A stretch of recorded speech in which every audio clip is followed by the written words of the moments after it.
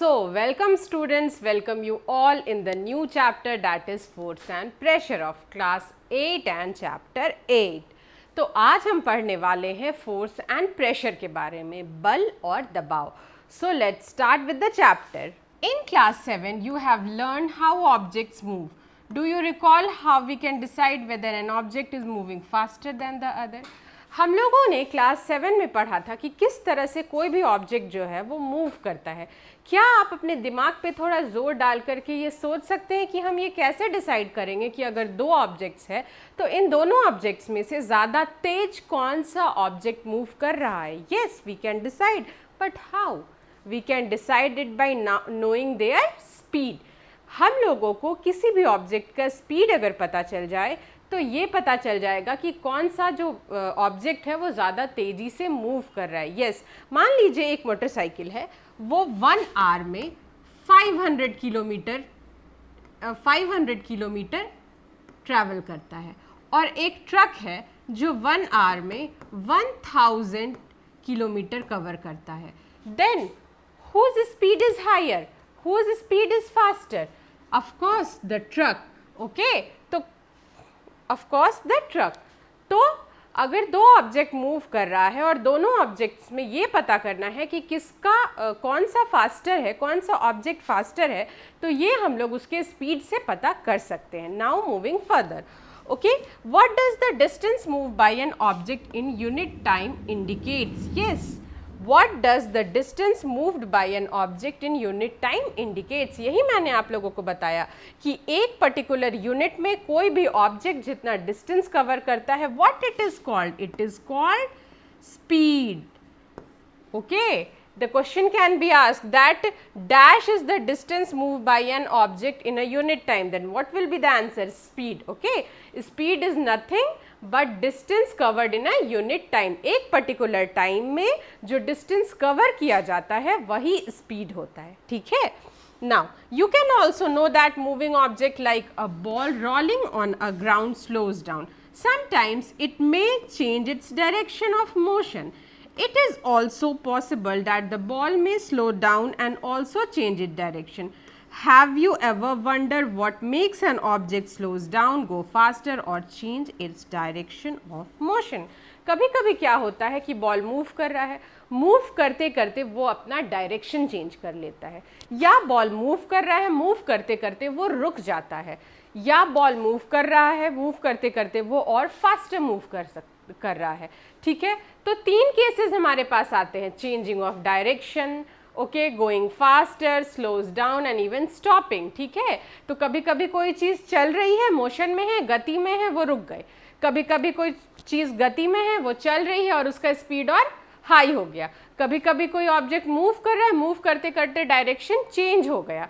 ठीक है, so changing of speed, changing of direction and coming to the rest, ये तीनों ही चीज़ कब होता है? जब उस ऑब्जेक्ट पे हम फोर्स अप्लाई करते हैं. Here comes the concept of force.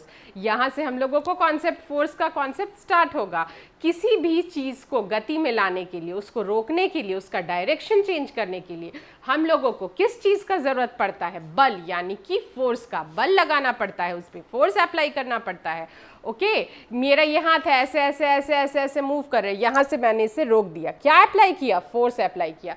इस तरह से मेरा हाथ जा रहा है, इसको ऐसे कर दिया, तो ये क्या हुआ? चेंजिंग इन डायरेक्शन हो गया. मैंने क्या अप्लाई किया? फोर्स अप्लाई किया. ओके, और इस तरह से करें, इसको ऐसे पुश कर दिया तो ये थोड़ा स्पीड में आगे चला गया, तो मैंने क्या अप्लाई किया? फोर्स अप्लाई किया. तो मैंने आप लोगों को इन एकदम लाइव एग्जांपल में बता दिया कि how force can change the direction, force can make change the speed of the moving object, and how force can stop the moving object. Now further what it is said, let's see.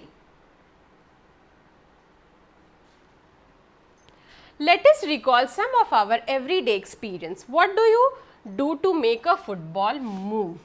What do you do to make a football move? अगर एक football रखा हुआ है तो आप उसको move कराने के लिए क्या कीजिएगा? बिल्कुल उसको किक कीजिएगा, धक्का दीजिएगा, यानी फोर्स अप्लाई कीजिएगा. Okay, what do you do to make a moving ball move faster? एक बॉल मूव कर रहा है, ठीक है, और वो एक सर्टेन स्पीड पे मूव कर रहा है. अब उसको फास्टर मूव कराने के लिए और ज़्यादा तेज़ी से मूव कराने के लिए आप क्या कीजिएगा, उसको धक्का दीजिएगा, उसको पुश कीजिएगा, यस क्या कीजिएगा, फोर्स अप्लाई कीजिएगा again. Okay, how does a goalkeeper stops a ball? एक गोलकीपर है, यहाँ आप देख सकते हैं कि स्पीड में फुटबॉल आ रहा था और गोलकीपर क्या किया, फुटबॉल को रोक लिया। Yes, what we are doing, applying force. Okay, a hockey player changes the direction of the moving ball with a flick of stick. ये जो एक हॉकी प्लेयर है, ये एक फ्लिक यानी कि एक झटके में क्या कर रहा है, बॉल को ऐसे क्लिक कर दे रहा है, ठीक है। तो ये क्या कर रहा है, ऑफ कोर्स फोर्स अप्लाई कर रहा है। How do fielders stops a ball, stops a ball by a batsman? कैसे एक जो बैट्समैन है बहुत तेजी से छक्का मारता है, चौका मारता है, और फील्डर क्या करता है, उसको रोक लेता है, ठीक है, वो गया उसका छक्का चौका। देन क्या अप्लाई कर रहा है, of course we are applying force, यानी कि आप लोगों ने देखा कि फोर्स अप्लाई करने पे हम क्या क्या कर सकते हैं। Now in all these situation the ball is either made to move faster, slower, or its direction of motion is changed. Question can be asked that what a force can do. A force can slows down a moving object, makes the moving object faster, it can change the direction of the moving object, it can stop the moving object. Okay, what force can do? Now if often say that a force has been applied on a ball when it is kicked, pushed, thrown और flicked, what is a force? अब हम कह रहे हैं कि यहाँ force का बहुत सारा बात हुआ, ठीक है, कि फोर्स ये कर सकता है, फोर्स वो कर सकता है, force this, force that, but what actually this force is? ये फोर्स आखिर होता क्या है जिसके बारे में इतनी बातें हो रही है और ये फोर्स इतना सब कुछ कर सकता है? Okay, now what can it do to the bodies on which it is applied? We shall seek answer to such questions in this chapter. मतलब कि ये अगर जिस बॉडी पे फोर्स अप्लाई किया जा रहा है तो उस बॉडी के साथ फोर्स क्या कर सकता है, यही सारे प्रश्नों का उत्तर हमें इस चैप्टर में मिलेगा। So move further. Okay okay, now force, अ पुश और पुल, ठीक है। यहाँ एक बड़ा सा हेडिंग दिया हुआ है, force is nothing but a push or a पुल। किसी भी चीज़ को जब हम पुश करते हैं या पुल करते हैं उसे ही हम फोर्स कहते हैं, ठीक है। देखते हैं कि ये डेफिनेशन कहाँ तक सेटिस्फाई होता है। Okay, actions like picking, opening, shutting, kicking, hitting, lifting, flicking, pushing, pulling are often used to describe certain tasks. Each of these actions usually result in some kind of change in the speed of motion of an object. जब भी हम किसी भी चीज़ को खोलते हैं, बंद करते हैं, धक्का देते हैं, किक करते हैं, तो उस पर फोर्स अप्लाई होता है, ठीक है। और क्या होता है कि कुछ ना कुछ तरह का मोशन जो होता है, यानी गति में परिवर्तन होता है। मान लीजिए इसको अगर किसी दरवाजे को, बंद दरवाजे को खोल रहे हैं तो क्या है, वो रेस्ट पे है, उसको मोशन पे थोड़ा ला दिए थोड़ी देर के लिए। ओके, ड्रॉवर को खोल रहे हैं, ओके, तो क्या हुआ, मोशन पे ले आए ड्रॉवर को। Now can these term be replaced with one और मोर टर्म्स? यानी आप देख सकते हैं कि हमारे पास यहाँ पे टेबल दिया गया है और इस टेबल में यहाँ पे कह रहा है कि डिस्क्रिप्शन ऑफ सिचुएशन, मतलब कि एक सिचुएशन दिया गया है और उस सिचुएशन को हम कह रहे हैं कि देखिए ये पुशिंग है, ये पुलिंग है, ये लिफ्टिंग है, ये किकिंग है, ओके, ये फ्लिकिंग है, ओके, एंड ब्ला ब्ला ब्ला। तो ये सिचुएशन है और हम लोगों को इस सारे सिचुएशन को बस दो ही कैटेगरी में डिवाइड करना है, that is push and pull. That what it a force is. Force is nothing but pushing और pulling of an object. Okay, now moving a book placed on a table, ठीक है।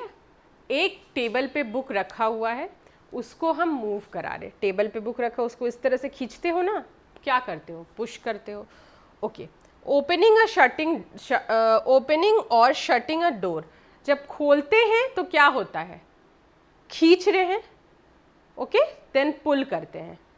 और जब बंद करते हैं तो क्या करते हैं, दरवाज़ा को जब बंद करते हो तो क्या करते हो, धक्का देते हो तो पुश होता है। यानी ओपनिंग और शटिंग में पुश और पुल दोनों होगा। ओके, नाउ देखिए, drawing a bucket of water from well, कुएं से पानी निकाल रहे हैं तो क्या कर रहे हैं, इस तरह से खींच रहे हैं, मतलब पुश कर रहे हैं। Okay, a football player taking a penalty kick, एक फुटबॉल प्लेयर जो है वो पेनाल्टी किक लेता है। किक में क्या करता है, ऐसे पैर से मारता है। Then what it is doing, it is pushing. A cricket ball hits by a batsman, cricket का एक बॉल जो होता है बैट्समैन ऐसे बैट से मारता है, then it is pushing. Okay, now moving a loaded cart, then loaded cart को क्या करता है, इस तरह से झुक के ऐसे ऐसे ऐसे ऐसे लेके जाता है, तो ये क्या करता है, कंधे से पुश करता है, then it is pushing. Opening a drawer, drawer ऐसे खींचते हो ना, then it is pulling, it is not pushing, लेकिन ड्रॉवर को जब ऐसे खटाक से बंद किए ना तो वो पुशिंग हो गया। Now do you notice that each of the actions can be grouped as push or a पुल और बोथ। क्या आपने ये नोटिस किया कि ये सारे जो एक्शंस हैं वो या तो पुश हो कर रहे हैं या पुल कर रहे हैं या दोनों ही कर रहे हैं, मतलब हर सिचुएशन में या तो पुश कर रहे हैं या पुल कर रहे हैं या दोनों ही हम लोग अप्लाई कर रहे हैं। Got it? Can we infer from this that to move an object it has to be pushed or pull. Infer का मतलब होता है अनुमान लगाना। ओके जो बच्चे वन एडवाइस आप लोग सुन लीजिए, लैपटॉप पे देखते हो मेरा वीडियो, फ़ोन पे देखते हो, व्हाटएवर, एनसीईआरटी की बुक और एक पेंसिल लेकर के बैठिए, ताकि मैं जो इंपॉर्टेंट पॉइंट्स आपको नोट करने के लिए करती हूँ वहाँ पे आप मार्क कर लीजिए बुक में, तो आपके लिए बहुत ज़्यादा हेल्पफुल होगा। आप बस एक एनसीईआरटी की बुक लीजिएगा और मैं थोड़ा थोड़ा जो लिखवाते जाती हूँ उसको बुक में चैप्टर के ऊपर लिख लीजिएगा, तो it will be very very helpful for you all. Okay, now come to the point. Can we infer from this that to move an object it has to be pushed or pulled? क्या हम ये अनुमान लगा सकते हैं इस पूरे example से कि किसी भी ऑब्जेक्ट को मूव कराने के लिए या तो उसको पुश करना पड़ता है या पुल करना पड़ता है। Okay, in science a push और pull on an object is called force.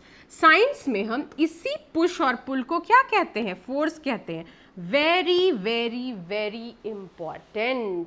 Okay, what is a force? A push और पुल। इतना पुश और पुल आपको याद रहेगा, फोर्स का डिफिनेशन आप बिल्कुल लिख सकते हैं। What is force? Pushing and pulling of an object is called force. Thus we can say that the motion imparted to the objects was due to the action of force. इस तरह से हम कह सकते हैं कि किसी भी ऑब्जेक्ट पे जो मोशन लगाया जाता है वो फोर्स होता है, क्योंकि एक्शन ऑफ फोर्स की वजह से होता है। ठीक है, किसी भी ऑब्जेक्ट का मोशन है तो इसलिए है क्योंकि उसके ऊपर फोर्स अप्लाई किया गया है। When does a force comes into play? Now the question comes here कि फोर्स, आखिर हम फोर्स लगाएं, लेकिन फोर्स जो है वो एक्ट कब करता है, कैसे जो है सो हमारे मतलब फोर्स अप्लाई किए तो हर बार क्या हम फोर्स अप्लाई करेंगे तो ऑब्जेक्ट मूव करेगा? मतलब ऑब्जेक्ट को मूव कराने के लिए हम फोर्स लगाएं। जैसे मान लीजिए कि ये दीवार है, इस दीवार को हम धक्का देंगे, इधर दीवार है, ओके, दीवार को धक्का दीजिए, फोर्स अप्लाई कीजिए, क्या वो दीवार मूव करेगा? नहीं।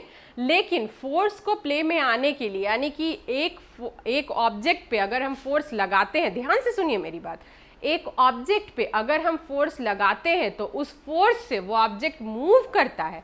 ये कैसे होगा? ओके, ये होगा कैसे? When an force comes into play. Okay, force are due to an interaction. Force क्यों होता है? फोर्स हमेशा इंटरैक्शन की वजह से होता है। दो ऑब्जेक्ट के बीच में जब कम्युनिकेशन होगा, जब रिएक्शन होगा, तभी इंटरैक्शन होगा और तभी फोर्स अप्लाई करेगा। मान लीजिए एक कार है, ठीक है, कार के पीछे आप देखिए एक आदमी खड़ा है।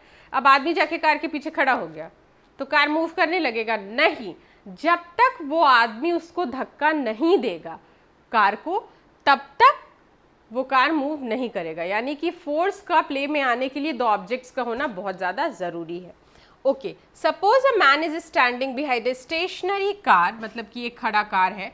Will the car move due to his presence? No, not at all. No, not at all. Suppose the man now began to push the car, that is he applies a force on it. The car may begin to move in the direction of applied force. ठीक है, मान लीजिए एक car है, उसके पीछे इंसान जाके खड़ा हो गया, अब तो वो कार नहीं मूव करेगा। अब मान लीजिए ये कार है, ठीक है, इधर हम धक्का देने लगे, तो जिस डायरेक्शन में हम फोर्स अप्लाई कर रहे हैं उसी डायरेक्शन में वो ऑब्जेक्ट मूव करेगा। ऐसा नहीं है कि हम इस तरफ धक्का दे रहे तो कार इधर ऐसे मूव करने लगेगा। No, not at all. Okay, note that the man has to push the car to make it move. ये हमेशा नोटिस कीजिएगा कि अगर वो जो आदमी है उसको कार को मूव कराना है तो उसको पुश करना पड़ेगा। यानी कि जब हम फोर्स अप्लाई कर रहे हैं कार पे तो ही वो कार मूव कर रहा है। ओके, नाउ इस फिगर में आप क्या देख करके ये बता सकते हैं कि हु इज पुशिंग हुम? ये दोनों हैं, हथाबाही कर रही है, ऐसे ऐसे ऐसे ऐसे ऐसे ऐसे कर रही है ना, तो क्या आप बता सकते हैं कि कौन किसको पुश कर रहा है? मैं तो नहीं देख के बता सकती हूँ कि कौन किसको पुश कर रहा है। ठीक है, ये दोनों ही एक दूसरे को पुश कर रहे हैं। नाउ यहाँ आप फिगर 8.3 देखिए, shows 3 situations that may be familiar to you, can you decide who is pulling whom and who is pushing in these cases? Both the girls appear to push each other while the pair of girls in figure 8.3b are trying to pull each other. Similarly, the cow and the man in figure 8.3 appear to pull each other. Now देखिए, ये जो figure है ना, figure 8.3, ये 8.3b है, 8.3a था जिसमें कि वो ऐसे ऐसे कुश्ती लड़ रही थी दो लड़की लोग। ओके, अब इसमें आप देख के बता सकते हैं कि ये दोनों जो है सो किसको कौन पुल कर रहा है। एक और हमारे पास सिचुएशन है कि इस बैल को ये आदमी खींच रहा है, ठीक है, और खींचने नहीं पा रहा है, तो इसमें देख करके बता सकते हैं कि कौन किसको पुल कर रहा है। एक बात जानिए, ये तीनों ही सिचुएशन में ये दोनों जो ऑब्जेक्ट है ये एक दूसरे के ऊपर फोर्स अप्लाई कर रहे हैं। फॉर एग्जाम्पल, इसमें आप देखिएगा कि ये जो बैल है ये इसके ऊपर फोर्स अप्लाई कर रहा है कि हम काम करने नहीं जाएंगे, और ये आदमी इसके ऊपर फोर्स अप्लाई कर रहा है कि नहीं नहीं काम तो करना ही पड़ेगा, तुम चलो। ओके, और देखिए यहाँ पे ये दोनों एक दूसरे का हाथ पकड़ी हुई हैं, ऐसे पकड़ के और ऐसे गोल गोल गोल गोल घूमते हैं, झूमर टाइप का। तो ये दोनों ही एक दूसरे को अपनी तरफ खींच रही हैं, पुल कर रही हैं, ठीक है। तो दोनों में ही क्या हो रहा है कि पुलिंग जो है सो फोर्स दोनों ही एक दूसरे के ऊपर लगा रही है। तो ये तीनों ही जो फिगर थे, ये तीनों में ही ये दोनों ऑब्जेक्ट एक दूसरे के ऊपर पुश और पुल लगा रहे थे। Got it? Now from these example we can infer that at least two objects must be interact for a force to come into play. ये तीनों ही एग्जाम्पल से हम लोगों को पता चलता है कि thus an interaction of one object with another object results in the force between the two object. Okay, दो ऑब्जेक्ट्स का होना बहुत ज़्यादा ज़रूरी है फोर्स को मतलब फोर्स को प्ले में आने के लिए, एटलीस्ट टू ऑब्जेक्ट्स का, ठीक है। एक आदमी के ऊपर 10 आदमी पिटाई करेंगे ना तो भी एक आदमी के ऊपर 10 आदमी का फोर्स लग रहा है, गॉट इट। लेकिन कम से कम दो लोगों का तो होना ज़रूरी ही है फोर्स को प्ले में आने के लिए। Okay, that what it is saying, thus an interaction of one object with another object results in force between the two objects. Okay, now exploring force. अब हम फोर्स के बारे में और जानते हैं और एक्सप्लोर करते हैं कि फोर्स में क्या क्या होता है। Okay, now let us try to learn more about force. Choose a heavy object like a table or a box. Choose a heavy object like a table or a box which you can move only by pushing hard. ठीक है, आप एक ऐसा table या box choose कीजिए जिसको कि आप तभी मूव कर पाइए जब उसको बहुत ज़ोर से आपको धक्का देना पड़े। Okay, can you move it? Now ask one of your friends to help you in pushing. Okay, बहुत हैवी बक्सा लीजिए, उसको आप अकेले ढकेलिए, नहीं ढकेलाएगा। अपने एक फ्रेंड से बोलिए कि भाई तुम हमको मदद कर दो, तो क्या होगा कि आप उसको मूव कर पाइएगा। In the same direction it is easier to move it. Now can you explain why? Okay, आपको मैं फिर से समझाती हूँ। एक बड़ा हैवी बक्सा लीजिए, उसको अकेले धक्का दीजिए, आप नहीं दे पाइएगा। अपने फ्रेंड से बोलिए धक्का देने के लिए, तो दोनों मिल के धक्का दीजिएगा ना, तो आप उसको मूव भी कर पाइएगा और एक इंसान को ज़्यादा ताकत नहीं लगेगा। और पता है, जब आप अपने दो और फ्रेंड्स को बुला लेंगे तो 4 लोग मिलके अगर उस बक्से को हिलाएंगे तो क्या होगा, फोर्स जो अप्लाई होगा उस बक्से के ऊपर मूव कराने के लिए, तो वो 4 लोगों में बट जाएगा। तो हर एक इंसान को कम फोर्स अप्लाई करना पड़ेगा। फॉर एग्जाम्पल देखिए, मैं आप लोगों को बताती हूँ। मान लीजिए कि ये एक हैवी बक्सा है, इसको मूव कराने के लिए 100 न्यूटन फोर्स का ज़रूरत पड़ेगा हम लोगों को, ठीक है। अब एक आदमी 100 न्यूटन फोर्स लगाने में तो एकदम हालत ख़राब हो जाएगा और मूव भी नहीं कराने पाएगा। 2 आदमी अगर मिल करके इसको मूव करेगा तो कितना न्यूटन लगेगा? 50 न्यूटन 50 न्यूटन। वही अगर 4 आदमी मिल करके इसको लगाएगा तो 25 न्यूटन लगेगा, ठीक है। तो और ईजिली हम लोग बक्से को मूव कर पाएंगे। तो अगर आप सेम डायरेक्शन में किसी भी चीज़ को मूव कराने के लिए फोर्स लगा रहे हैं तो फोर्स क्या होगा, आपका एड ऑन हो जाएगा, ठीक है। आपका कम फोर्स में उस ऑब्जेक्ट को, एक इंसान के ऊपर कम फोर्स एक इंसान को लगाना पड़ेगा और वो ऑब्जेक्ट मूव हो जाएगा। Now push the same object but ask your friend to push it from the opposite side. Does the object move? Okay, If it does, note the direction in which it moves. Can you guess which one of you is applying larger force? Now come to the point. देखिए, अब तक तो हम बक्सा को move कर रहे थे, तो क्या कर रहे थे कि एक ही डायरेक्शन में फोर्स को अप्लाई कर रहे थे। अब इस बक्से को मूव करना है तो आप इधर से फोर्स अप्लाई कीजिए और आपका फ्रेंड इधर से अप्लाई करेगा, ठीक है। तो मान लीजिए ये जो बक्सा है वो इस डायरेक्शन में मूव किया, गॉट इट। तो ये बात समझ जाइए कि इस तरफ से जो फोर्स है वो ज़्यादा लग रहा है। जिस डायरेक्शन में, जब अपोजिट डायरेक्शन में फोर्स एक्ट करता है, तो जिस डायरेक्शन में फोर्स जो ऑब्जेक्ट है वो मूव किया, समझ जाइए कि उसी डायरेक्शन में ज़्यादा फोर्स लग रहा है। फॉर एग्जाम्पल, आप इधर मान लीजिए आप ए हैं, आपका फ्रेंड बी है, आप इधर 30 न्यूटन का फोर्स लगाएं, ओके, और इधर से 20 न्यूटन का फोर्स लगा, तो क्या हुआ, रिजल्टेंट फोर्स क्या होगा, 30 - 20 10 न्यूटन का। और इस तरफ जो है सो ये बॉक्स मूव करेगा, मतलब जिस डायरेक्शन में बॉक्स मूव करेगा उसी डायरेक्शन वाला आदमी, उस डायरेक्शन में जो आदमी फोर्स लगा रहा होगा वो आदमी ज़्यादा फोर्स लगा रहा है। बात समझ में आ गया आपको?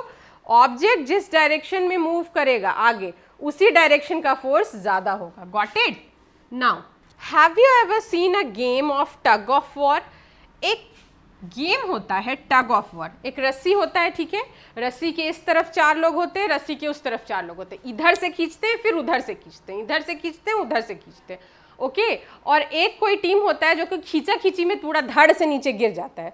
तो आप समझ रहे हैं कि जो टीम नीचे गिर गया मतलब उसका अपोजिट वाला जीत गया, मतलब उस तरफ का लोग ज़्यादा फोर्स लगाया। आपको बात समझ में आई? Now in this game 2 teams pull at a rope in opposite direction. members of both the teams try to pull the rope. Okay, क्या होता है इस गेम में, देखिए यहाँ पे फिगर भी दिया हुआ है। इस गेम में क्या होता है कि टग ऑफ वॉर में कि एक रस्सी है, इस तरफ का लोग भी फोर्स अप्लाई कर रहा है, इस तरफ का लोग भी फोर्स अप्लाई कर रहा है, ओके, इन देयर डायरेक्शन, अपने अपने डायरेक्शन में फोर्स अप्लाई कर रहे हैं हम लोग, ठीक। Sometimes the rope simply does not move. It is not similar to the situation shown in figure 8.3b. The team that pulls harder, that is applies a larger force, finally wins the game. Earlier only I have told you कि क्या होता है, कभी कभी ना अगर दोनों equal force apply की, यानी इधर से भी उतना ही ताकत लगाया जा रहा है उधर से भी, तो रस्सी बिल्कुल हिलेगा नहीं, ऐसे ऐसे होकर के रह जाएगा। और जो भी टीम ज़्यादा फोर्स अप्लाई करेगा वो टीम जीत जाएगा। यानी मैंने आपको बताया ना कि अगर उस तरफ का इंसान, उस तरफ के लोगों ने ज़्यादा फोर्स अप्लाई किया तो इस तरफ के लोग गिर जाएंगे, इस तरफ का लोग ज़्यादा फोर्स अप्लाई किया तो उधर का लोग गिर जाएगा, और जो लार्जर फोर्स अप्लाई करता है टीम, वही गेम को जीतता है। तो ये जो सारा एग्जाम्पल है, इससे हम लोगों को क्या पता चलता है कि अगर हम लोग सेम डायरेक्शन में फोर्स लगाते हैं तो फोर्स एड ऑन होता है, और अगर हम लोग अपोजिट डायरेक्शन में फोर्स लगाते हैं तो रिजल्टेंट फोर्स क्या होगा, difference between the two force applied on opposite direction, got it. आइए हम फिर से पढ़ते हैं इसको। Now what do these examples suggest about the nature of the force? ये जो एग्जाम्पल था ये फोर्स का क्या नेचर सजेस्ट करता है हम लोग को? That force applied on an object in the same direction add to one another. ठीक है, सेम डायरेक्शन में अगर हम फोर्स अप्लाई कर रहे हैं तो वो एक दूसरे को ऐड ऑन करेगा, मतलब फोर्स ऐड हो जाएगा, तब रिजल्टेंट फोर्स होगा।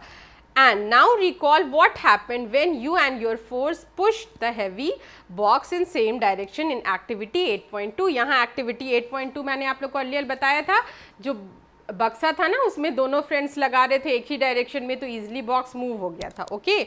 और जब अपोजिट डायरेक्शन में कर रहे थे तो एक तरफ मूव किया था। If the two forces act in opposite direction, okay, on an object, the net force acting on it is the difference between the two force. Got it? मान लीजिए कि एक बॉक्स है या कोई भी एक चीज़ है, नॉट ओनली बॉक्स, एक बॉक्स है, ठीक है। हम यहाँ पे इस डायरेक्शन में लगा रहे हैं फोर्स दो, ये 10 न्यूटन, ये 10 न्यूटन, तो इसके ऊपर रिजल्टेंट फोर्स कितना लग रहा है, 20 न्यूटन का। Got it? रिजल्टिंग फोर्स कितना लग रहा है, 20 न्यूटन का। लेकिन मान लीजिए कि एक बॉक्स है, ठीक है, इधर 10 न्यूटन लग रहा है और इधर से फोर्स 20 न्यूटन लग रहा है। रिजल्टेंट फोर्स कितना होगा? 20 माइनस 10, 10 न्यूटन। और बॉक्स किस तरफ मूव करेगा? बिल्कुल इधर का फोर्स ज़्यादा है इसलिए इस तरफ मूव करेगा। आई बात समझ में? What did you observe in activity 8.2?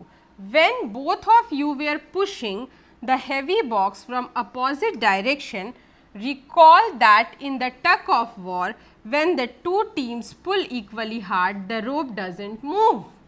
The rope doesn't move in any direction. Okay? ये बहुत इंपॉर्टेंट है। आपसे इस तरह से क्वेश्चन पूछा जाएगा कि मान लीजिए कि इंस्टेंस दे दिया जाएगा कि मान लीजिए एक बॉक्स है या कुछ भी एक सामान है, राइट साइड के डायरेक्शन में हम 50 न्यूटन लगा रहे हैं फोर्स और लेफ्ट साइड पे हम 40 न्यूटन लगा रहे हैं, ठीक है। तो ये बताइए कि बॉक्स किस तरफ मूव करेगा, ओके। और रिजल्टेंट जो नेट फोर्स होगा वो कितना होगा। तो अगर अपोजिट डायरेक्शन में फोर्स लग रहा है तो दोनों तरफ के फोर्स को हम एक दूसरे से माइनस करेंगे, हमको नेट फोर्स मिल जाएगा। अगर सेम डायरेक्शन में लग रहा है तो हम उसको ऐड करेंगे। बात समझ में आई? अगर फोर्स सेम डायरेक्शन में लगेगा तो दोनों फोर्स ऐड कर देंगे, जितना जितना फोर्स लगा रहे हैं नेट फोर्स पता चल जाएगा। अगर फोर्स अपोजिट डायरेक्शन में लग रहा है दोनों का डिफरेंस निकालेंगे, हमको नेट फोर्स पता चल जाएगा। ये भी नहीं याद रख सकते हो, अब मेरा एक बकवास याद रखो, ठीक है। फॉर एग्जाम्पल एक घर में हस्बैंड वाइफ रहते थे, ठीक है, वो दोनों आपस में झगड़ते थे। अब घर आगे बढ़ेगा? नो, नहीं बढ़ेगा। अब क्या हुआ, सारा झगड़ा वो लोग भूल गया, बोला ठीक है चलो हटाओ, झगड़ा वगड़ा भूल जाते हैं। अब हम लोग क्या करते हैं, हम लोग दोनों साथ मिलके काम करते हैं, ठीक है, तुम अपना काम करो हम अपना काम करेंगे। अब वो लोग झगड़ नहीं रहे, क्या होगा, घर आगे बढ़ेगा। मतलब एड ऑन। जब हम टुगेदर होते हैं एड ऑन होता है, जब अपोजिट होते हैं डिफरेंस होता है। बात समझ में आ गया? Good. So we learned that a force could be larger or smaller than the other or equal to each other. The strength of a force is usually expressed by the magnitude. किसी भी जो force है उसका जो strength है ये कैसे पता चलेंगे? उसके मैग्नीट्यूड से। Okay, what is magnitude? Question will be asked. This one is very important. What is magnitude? The strength of a force is expressed in magnitude. By magnitude, we come to know that what is the strength of the force. Okay. We have also to specify the direction in which a force is act. Also, if the direction of the magnitude of the applied force changes, its effect also changes. यानी कि अगर strength जो है वो change हो रहा है, strength जितना लगा रहे हैं, जितना मैग्नीट्यूड हम फोर्स लगा रहे हैं, अगर उसको चेंज करेंगे तो उसका इफेक्ट भी चेंज होगा। फॉर एग्जाम्पल, मैं आपको एक एग्जाम्पल देती हूँ। अच्छा, यहाँ क्या बोल रहा है? To specify the direction in which the force act. Okay, also if the direction of the magnitude of the applied force changed, it effects also change.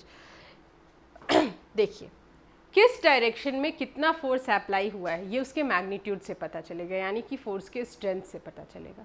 Got it? जिस डायरेक्शन में ऑब्जेक्ट मूव कर रहा है यानी उसी direction में ज़्यादा force लग रहा है। अब अगर फोर्स के स्ट्रेंथ को चेंज कर दिया जाए तो उसका इफेक्ट भी बदलेगा। मैं क्या बोल रही हूँ? अब अगर फोर्स के स्ट्रेंथ को चेंज कर दिया जाए तो उसका इफेक्ट भी बदलेगा। फॉर एन इंस्टेंस, मान लीजिए मेरे पास एक बॉक्स था, ठीक है, इधर हम लगा रहे थे 10 न्यूटन और इधर से लग रहा था 50 न्यूटन। अभी तो ये बॉक्स इस तरफ मूव कर रहा है क्योंकि इधर का मैग्नीट्यूड ज़्यादा है फोर्स का, इधर से 50 न्यूटन लग रहा है तो इधर बॉक्स मूव करेगा, ठीक है। इधर के फोर्स का जो मैग्नीट्यूड है वो ज़्यादा है। अब हम चेंज कर देते हैं, इधर तो 50 न्यूटन लग रहा था, ठीक है, इधर हम 100 न्यूटन कर देते हैं। मैग्नीट्यूड चेंज हुआ फोर्स का, यानी कि फोर्स का स्ट्रेंथ चेंज हुआ। अब जब मैग्नीट्यूड चेंज हो गया फोर्स का तो क्या होगा?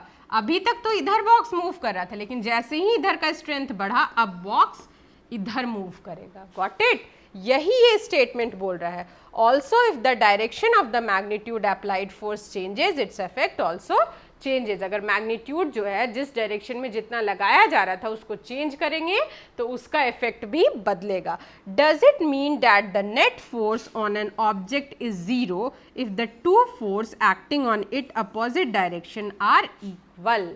मतलब कि अगर किसी भी अप्लाइड ऑब्जेक्ट पे जो नेट फोर्स होगा वो जीरो अगर अप्लाई हुआ होगा तो इसका मतलब ये है कि दोनों तरफ से इक्वल फोर्स लग रहा है। बिल्कुल, यस, ऑफ कोर्स। एक बॉक्स है, इधर से भी 10 न्यूटन लगाते हैं, इधर से भी 10 न्यूटन लगाते हैं, टस से मस यानी थोड़ा सा भी बॉक्स नहीं हिलेगा। नेट फोर्स क्या हुआ? 10 माइनस 10 0। तो अगर नेट फोर्स 0 है मतलब दोनों तरफ से फोर्स इक्वल लग रहा है। अगर नेट फोर्स 0 है तो दोनों तरफ से फोर्स इक्वल लग रहा है। यहाँ पे हमने क्या क्या बातें सीखी कि what is magnitude? The strength of force applied is magnitude, is expressed in magnitude. The strength of force applied is expressed in magnitude. If the magnitude changes its direction, then its effect will also change. जितना magnitude हम force का लगा रहे हैं किसी भी चीज़ पे, अगर वो change होता है तो उसका effect भी change होगा। Net force क्या होगा? अगर फोर्स सेम डायरेक्शन में लग रहा है, the force will add on. Net force क्या होगा? अगर दोनों तरफ डिफरेंस मतलब अपोजिट डायरेक्शन में फोर्स लग रहा है, the net force will, you will get the net force by differentiating them. Okay, दोनों में माइनस करके डिफरेंस निकालेंगे, दोनों तरफ की फोर्स का, अपोजिट फोर्स का डिफरेंस निकालेंगे और हमको नेट फोर्स पता चलेगा। What is a force? Push and pull of pushing and pulling of an object is called force. Got it? So आइए अब हम इस चैप्टर में आगे बढ़ते, देखते हैं आगे इस चैप्टर में क्या कह रहा है। In general more than one force may be acting on an object, however the effect on the object is due to the net force acting on it. जी हाँ, किसी भी एक ऑब्जेक्ट पे एक से ज़्यादा फोर्स एक्ट कर सकता है, लेकिन उसका नेट फोर्स वो जो 2 या 3 फोर्स एक्ट कर रहा है वो सबका समेशन होगा। फॉर एग्जाम्पल मान लीजिए एक बॉक्स है, इसमें 3 तरफ से 3 फोर्स लग रहा है, ठीक है, एक ही डायरेक्शन में इसको मूव करने के लिए। ये 10 न्यूटन, ये 20 न्यूटन और ये 30 न्यूटन। तो इस ऑब्जेक्ट पे लगने वाला जो नेट फोर्स होगा वो ये तीनों ही फोर्स का समेशन होगा। For example 10 Newton plus 20 Newton plus 30 Newton, that is net force will be 60 Newton. Got it?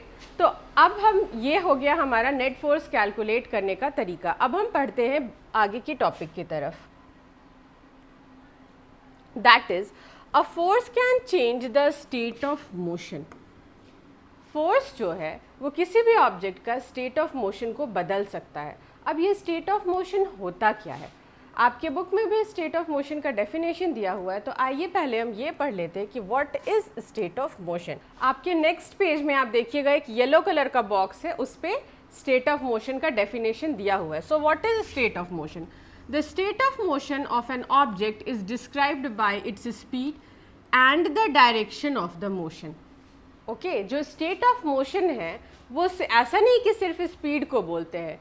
किसी भी ऑब्जेक्ट का, कोई भी ऑब्जेक्ट अगर मूव कर रहा है तो वो किस स्पीड से मूव कर रहा है, और उसका जो डायरेक्शन है कि वो किस डायरेक्शन में मूव कर रहा है। तो डायरेक्शन ऑफ स्पीड और direction and speed together is called state of motion. अच्छा, अगर कोई ऑब्जेक्ट मूव कर रहा है तब तो हम स्टेट ऑफ मोशन कहेंगे, लेकिन क्या अगर वो रेस्ट पे है तो क्या वो स्टेट ऑफ मोशन के अंडर आएगा? Do you ever have think? बिल्कुल आएगा। अगर कोई ऑब्जेक्ट रेस्ट पे भी है तो उसका नेट फोर्स 0 होगा और वो भी, उसका स्टेट ऑफ मोशन क्या है? 0 है, ठीक है, उसका स्टेट ऑफ मोशन 0 है। तो अगर कोई ऑब्जेक्ट रेस्ट पे भी है तो वो भी स्टेट ऑफ मोशन के अंदर ही आएगा। उसको भी हम कहेंगे कि उसका स्टेट ऑफ मोशन, फोर्स जो है उसके स्टेट ऑफ मोशन को चेंज कर सकते हैं। यानी कि अगर फोर्स अप्लाई करेंगे तो कोई बॉल रेस्ट पे है तो क्या होगा? वो मूव करने लगेगा, तो उसका स्टेट ऑफ मोशन चेंज हुआ ना। State of motion speed plus direction, किस स्पीड में कोई ऑब्जेक्ट मूव कर रहा है और किस डायरेक्शन में मूव कर रहा है, ये दोनों को कलेक्टिवली हम स्टेट ऑफ मोशन बोलते हैं। Okay, let us now find out what happens when a force act on object. अब हम ये देखते हैं कि क्या होता है जब किसी भी ऑब्जेक्ट पे फोर्स लगाया जाता है। ठीक है, we have an activity 8.3। Let's see what is given in this activity. Take a rubber ball and place it on the level surface such as tabletop or a concrete floor. Now gently push the ball along the level surface. Does the ball begin to move? क्या कीजिए कि एक rubber ball को एक table पे या concrete floor पे रख दीजिए और धीरे से उसको पुश कीजिए। ठीक है, तो क्या होगा कि बॉल मूव करेगा। जैसे मान लीजिए ये एक टेबल है, इसके ऊपर हम बॉल रखे और धीरे से पुश कर दिए, तो क्या होगा? वो बॉल मूव करने लगेगा। Got it? Yes, it will move. Push the ball again while it is still moving. Is there any change in its speed, does it increase or decrease. ठीक है, एक बॉल था, वो टेबल के ऊपर रखा हुआ था, उसको हल्का सा पुश किए, मूव करने लगा। अब वो मूव कर रहा है और थोड़ा सा हम पुश कर दिए तो उसका स्पीड क्या होगा, इंक्रीज हो जाएगा। ठीक है, इंक्रीज हो जाएगा। Got it. Next, place your palm in the front of the moving ball, remove your palm as soon as the moving ball touches it. Does your palm apply a force on the ball? Yes, of course the palm applies the force on the ball. Okay, क्या हुआ, एक ball लिए, उसको table के ऊपर रखे, वो state of rest में था, हम उसको हल्का सा पुश किए, वो मूव करने लगा। जब बॉल मूव कर रहा था, हम उसको हल्का सा एक बार और पुश किए, उसका स्पीड क्या हुआ, इंक्रीज किया। अब वो अपने इंक्रीज स्पीड से जा रहा था, हम क्या किए, बॉल के आगे हल्का सा हाथ रखे, उसके बाद क्या किए, हटा दिए, तो क्या हुआ, उसका स्पीड डिक्रीज किया। अब फर्दर बॉल जो है वो डिक्रीज स्पीड के साथ मूव कर रहा था, तो हम बिल्कुल हाथ रख के एकदम खड़े हो गए जब तक कि वो रुक न जाए। तो वो क्या हुआ, फिर से वो बॉल रुक गया। तो आपको ये समझ में आया कि अगर कोई ऑब्जेक्ट है वो मूव कर रहा है और हम लोग उस पर एक्सटर्नल फोर्स लगा रहे हैं तो उसका स्पीड भी चेंज हो रहा है। ओके, और वो स्टेट ऑफ रेस्ट में भी आ जा रहा है। Got it. इसी को हम लोग एक एक्सपेरिमेंट में देखते हैं आगे क्या लिखा हुआ है। What happens to the speed of the ball? Now the speed of the ball will decrease. Does it increase or decrease? What would happen if you let your palm hold the moving ball? क्या होगा अगर moving ball को आप एकदम से पकड़ करके ऐसे मूविंग बॉल को एकदम से अपने हाथों को मूविंग बॉल के आगे रख दीजिएगा तो it will come into state of rest, वो बिल्कुल रुक जाएगा, वो मूव ही नहीं करेगा। Got it. You might have recalled similar situation, for example, while taking a penalty kick in football. The player applies a force on the ball.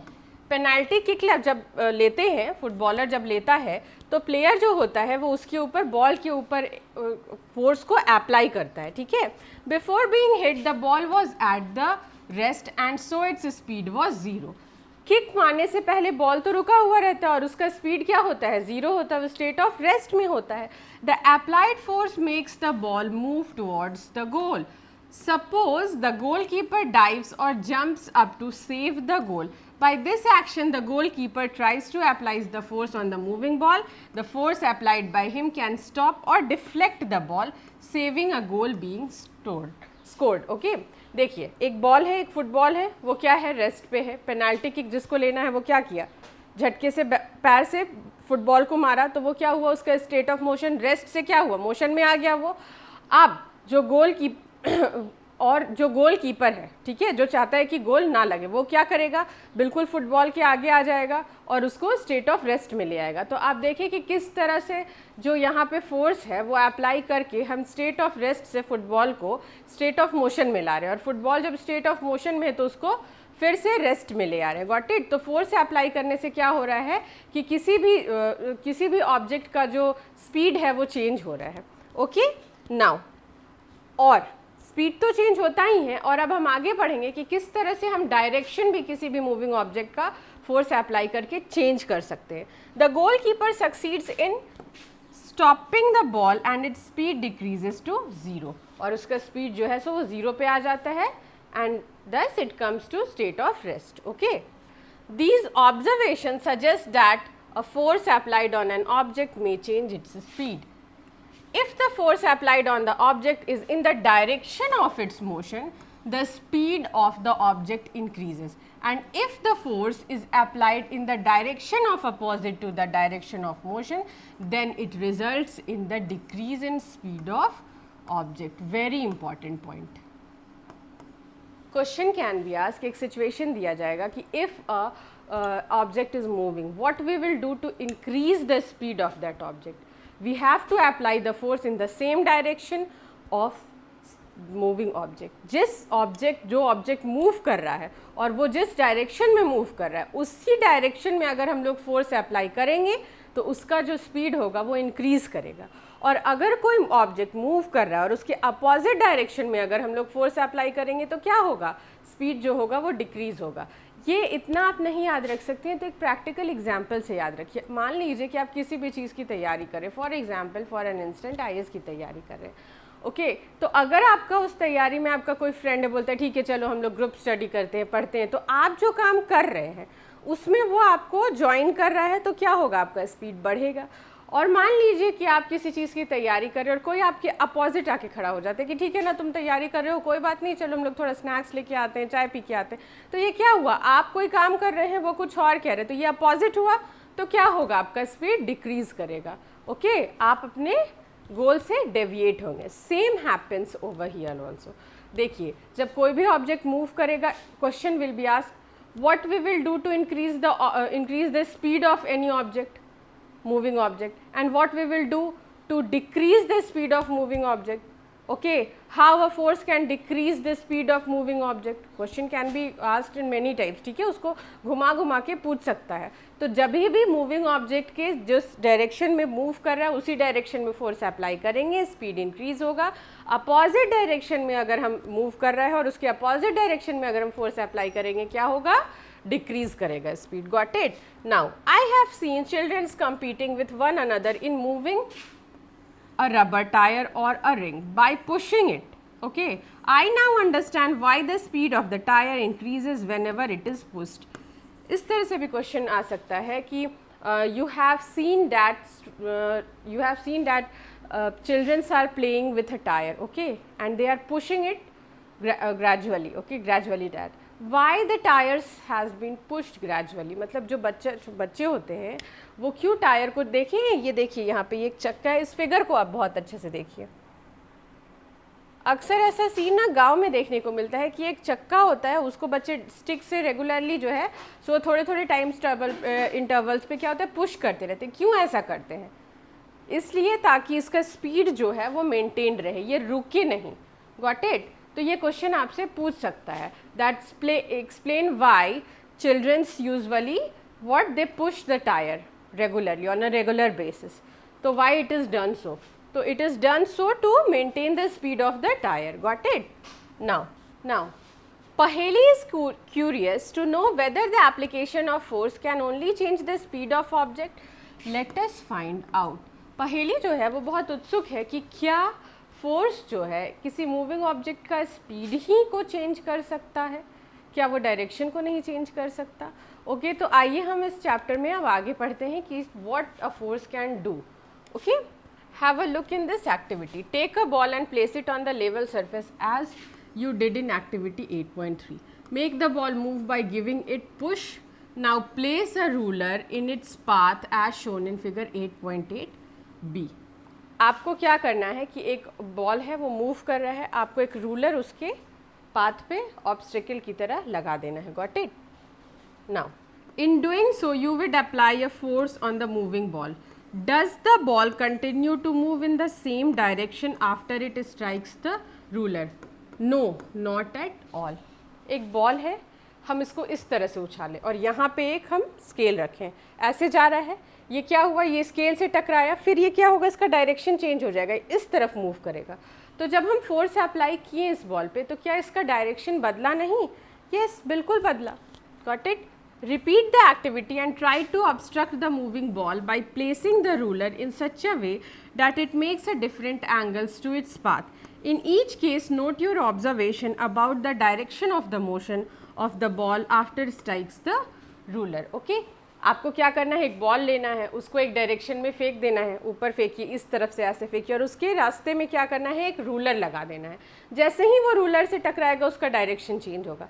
फिर ruler का angle, मतलब डिफरेंट एंगल से रूलर को कभी ऐसे रखिए, कभी ऐसे रखिए, कभी ऐसे रखिए, वो पाथ पे आना चाहिए बॉल की, और आप बार बार देखेंगे कि डायरेक्शन चेंज हो रहा है। यानी कि मूविंग ऑब्जेक्ट को पे अगर आप फोर्स लगाते हैं तो उसका डायरेक्शन भी चेंज कर सकते हैं। यानी फोर्स क्या करता है कि मूविंग ऑब्जेक्ट का न सिर्फ स्पीड को चेंज करता है, वो उसके डायरेक्शन को भी चेंज कर सकता है। Okay, now let us consider some more examples. In a game of volleyball, players often push the moving ball to their teammates to make a winning move. Okay, sometimes the ball is returned to the other side of the court by pushing or smashing it. क्या होता है कि जब हम लोग volleyball खेलते हैं तो जीतने के लिए इस तरफ पैर से हम लोग किक किए, ठीक है, फिर उधर से क्या करते हैं कि उसके ऊपर फोर्स अप्लाई करते हैं, वो बॉल किसी और डायरेक्शन में चला जाता है, ठीक है। तो इससे क्या हम लोगों को पता चल रहा है कि जब हम मूविंग ऑब्जेक्ट है, वो जो वॉलीबॉल है वो मूव कर रहा है, तो उसके ऊपर जब हम फोर्स अप्लाई करें तो उसका क्या हो रहा है, डायरेक्शन भी चेंज हो जा रहा है। In cricket, a batsman plays his or her shot by applying force on the ball with the bat. Is there any change in the direction of motion of the ball in these cases? In all these examples, the speed and the direction of the moving ball changes due to the application of force. Okay, ये दोनों ही जो examples है इसको बहुत अच्छे से समझिएगा आप. In cricket, a batsman plays his or her shot by applying force on the ball with the bat. Is there any change in the direction of motion of the ball in these cases? क्या है, batsman जो है ball को, ठीक है, छक्का मारने का कोशिश किया, चौका मारने का कोशिश किया. अब छक्का तो तभी मारेगा ना जो बाउंड्री के उस तरफ जाएगा. तब तक से क्या हुआ कि कोई आपका फील्डर है वो बॉल को आकर के डिफ्लेक्ट कर दिया, तो क्या हुआ, फोर्स अप्लाई किया तो उसका डायरेक्शन चेंज हुआ. ओके, तो अगर आपसे पूछा जाएगा with the help of one example or with the help of example state that how force applied can change the direction of the moving object, आप इस तरह का एग्जाम्पल्स को दे सकते हैं. या इस तरह से क्वेश्चन पूछा जा सकता है कि a force can applied force on a moving object change its direction, explain how. Give one example to explain this statement. ठीक है, एक आप एग्जाम्पल दीजिए इस स्टेटमेंट को ये साबित करने के लिए कि ये ट्रू है. तो आप ये एग्जाम्पल दे सकते हैं, वॉलीबॉल वाला और ये बॉल वाला भी. Got it? Can you give a few more examples of this kind? क्या आप इस तरह का एग्जाम्पल और दे सकते हैं? येस, इस तरह के तो बहुत सारे एग्जाम्पल्स आप दे सकते हैं. Now, a change in either the speed of an object और it's direction of motion or both is described as change in its state of motion. Thus, a force may bring a change in the state of motion of an object. यानी कि यहाँ पे पूरे example से हम क्या देखते हैं कि किसी भी ऑब्जेक्ट का अगर हम स्पीड चेंज करते हैं, डायरेक्शन चेंज करते हैं, तो ये क्या है, ये change in its state of motion है. Okay, a change in either the speed of an object and its direction of motion or both is described as change in it state of motion.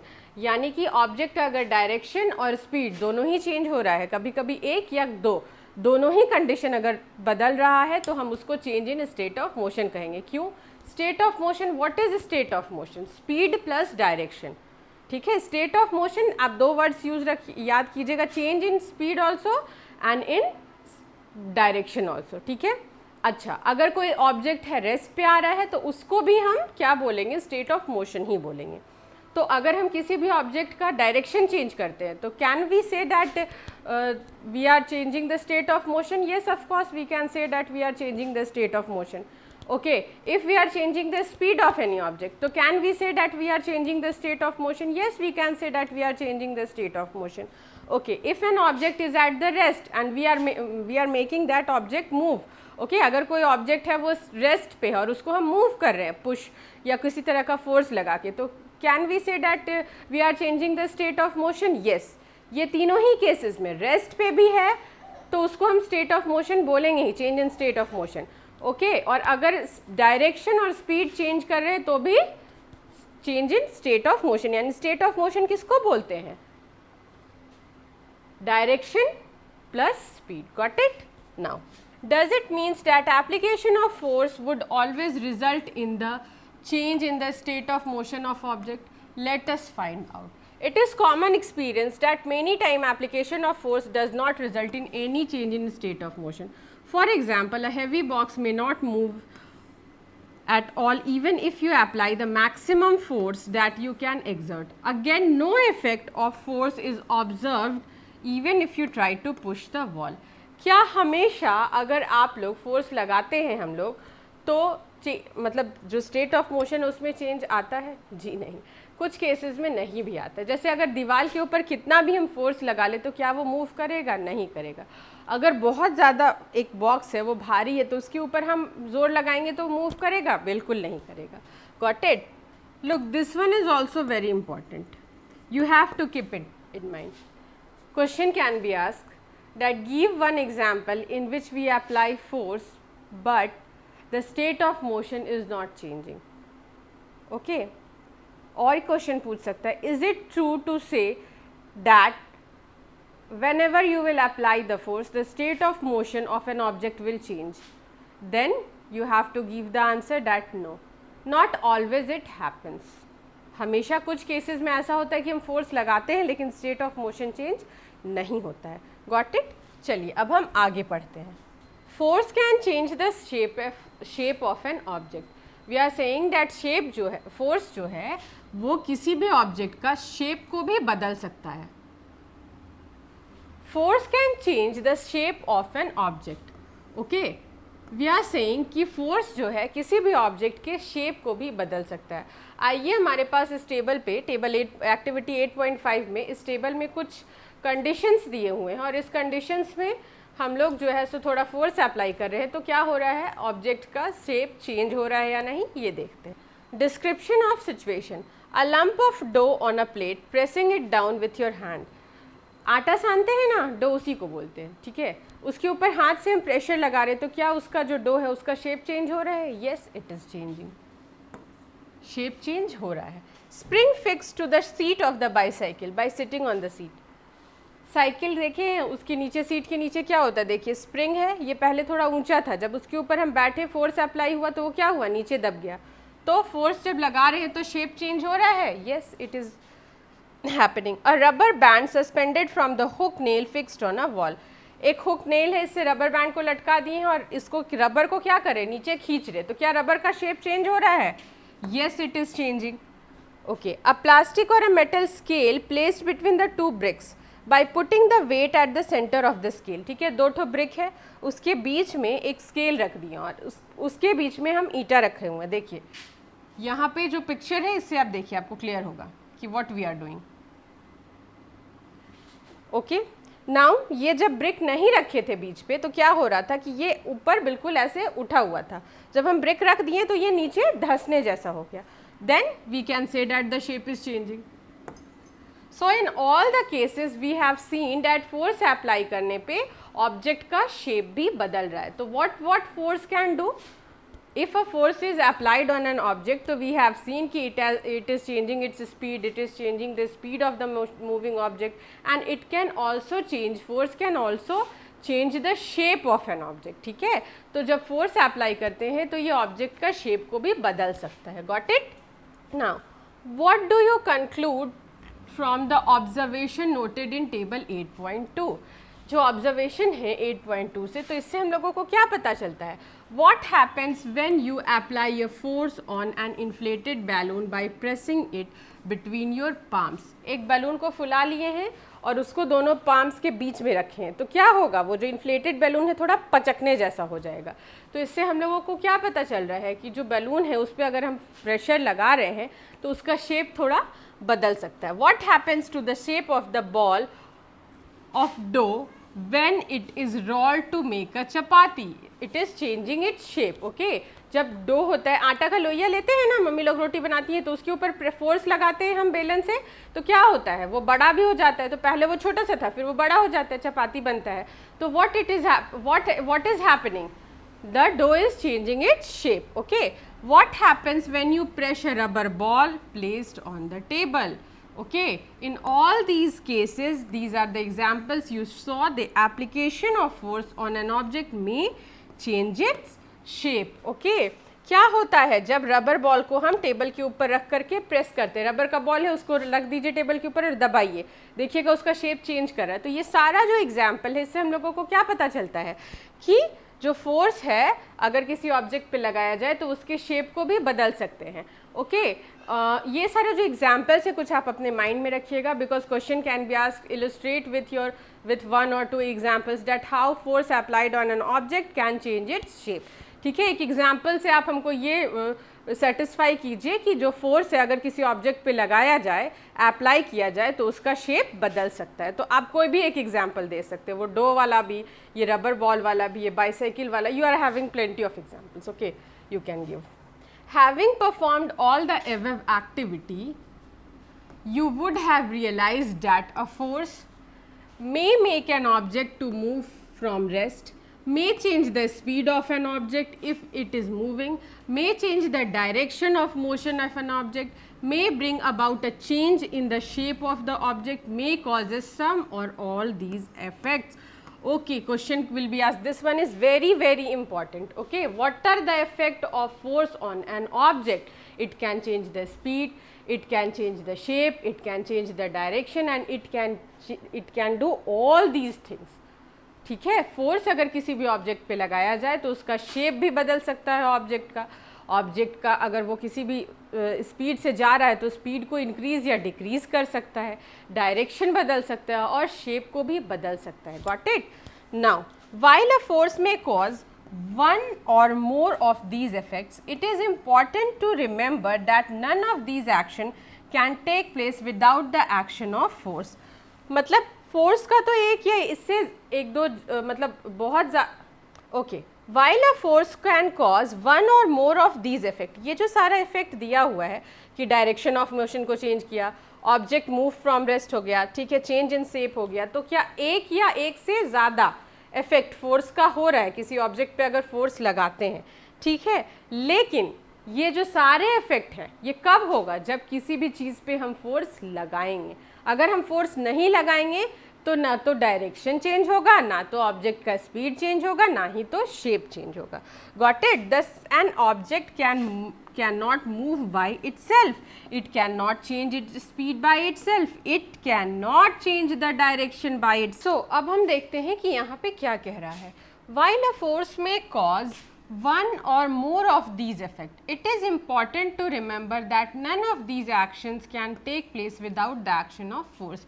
यानी कि यहाँ ऊपर में क्या दिया हुआ है आपके पास कि a force can move an object from the rest, a force can change the speed of the moving object, a force can change the direction of motion, may bring a change in the shape of object, यानी shape को बदल सकता है force, speed को object के बदल सकता है, डायरेक्शन को बदल सकता है.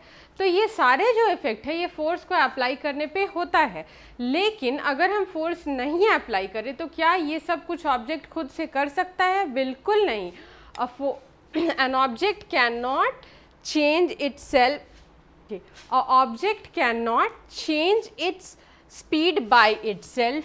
It cannot change its direction by itself and it cannot change its shape by itself.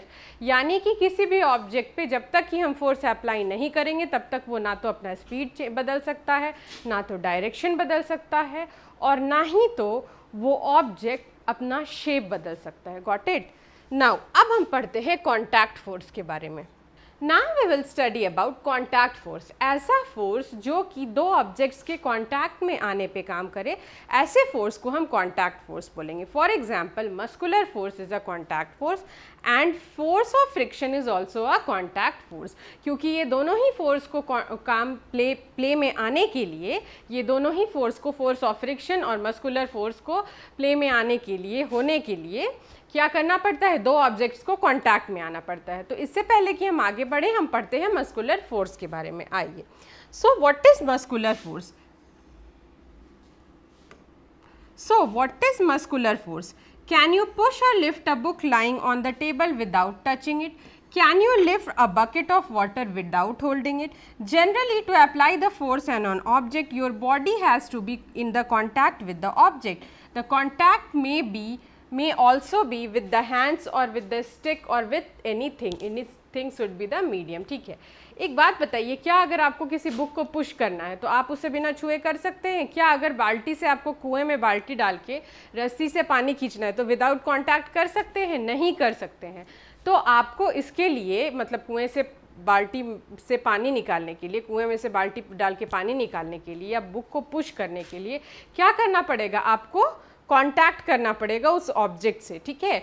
तो ऐसा नहीं है कि मतलब हमेशा आप हाथ से ही किसी भी चीज़ को छूइएगा तो कांटेक्ट फोर्स होगा. आप with the help of stick भी ऐसा कर सकते हैं. या मान लीजिए कि हमको ये पेन है, इसको हिलाना है, तो हम अपने हाथ से भी इसको ऐसे घसका सकते हैं. एक अगर कोई छोटा सा स्टिक लेके इसको करें तो भी ये घसक सकता है. लेकिन बात क्या है कि दो ऑब्जेक्ट का कांटेक्ट में होना इम्पॉर्टेंट है. Got it? दो ऑब्जेक्ट का कांटेक्ट में होना इम्पॉर्टेंट है. When we push an object like a school bag or lift a bucket of water, where does the force come from? This force is caused by the action of muscles in our body. The force resulting due to the action of muscles is known as muscular force.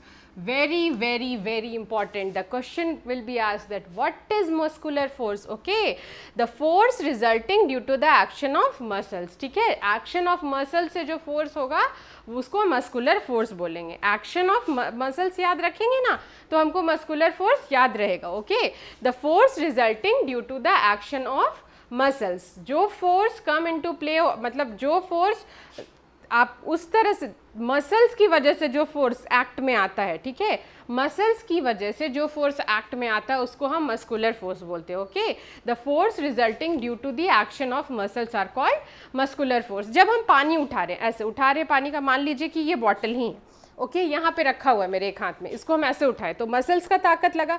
मान लीजिए ये pen है, इसको ऐसे उठा रहे तो muscles का ताकत लग रहा है. तो ये सारे काम को करने के लिए हमारे मसल्स का एनर्जी लग रहा है. ठीक है, मसल्स से हम फोर्स लगा रहे हैं, इसीलिए इस तरह का जो भी फोर्स अप्लाई करते हैं उसको हम मस्कुलर फोर्स बोलते हैं. Define muscular force, the force resulting due to the action of muscles is called muscular force. Got it?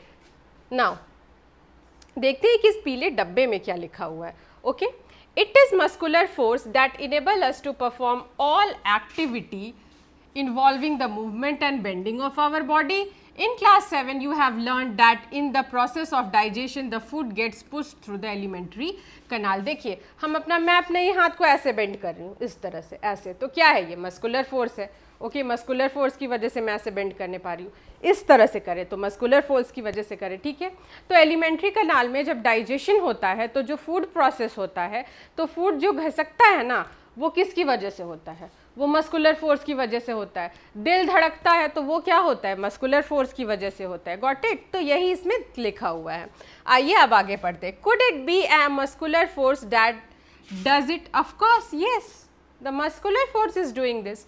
You know that lungs expand and contract while we inhale and exhale air during the breathing. Where are these muscles located which make breathing possible? Can you list a few more examples of force exerted by the muscles in our body? Okay, जब हमारा जो inhaling और exhaling होता है, ऐसे हम लोग सांस लेते हैं ना, तो क्या होता है? पूरा एयर जो होता है वो लंग्स के अंदर भर जाता है. फिर जब हम लोग सांस छोड़ते हैं तो क्या हो रहा है? ये लंग्स पूरा खाली हो रहा है. तो क्या यहाँ का मसल्स काम नहीं कर रहे हैं? यस, ये मस्कुलर फोर्स की वजह से हो रहा है.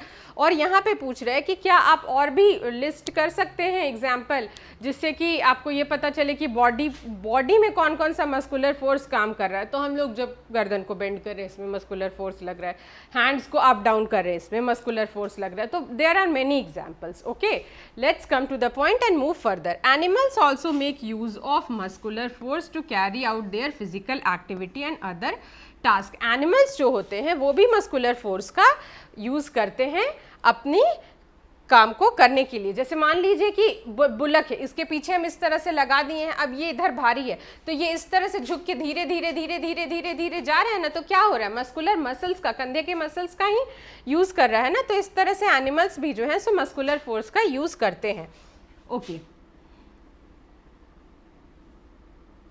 animals like bullocks, horses, donkeys and camels are used to perform various tasks for us. In performing these tasks they use muscular force. Okay, देखिए बुलक, हॉर्स, डोंकी और कैमल्स ये बहुत सारा काम हम लोगों के लिए करते हैं, हम लोगों का बोझा ढोते हैं. तो ये सारे काम को करने के लिए ये अपने मस्कुलर फोर्स को अप्लाई करते हैं. Got it?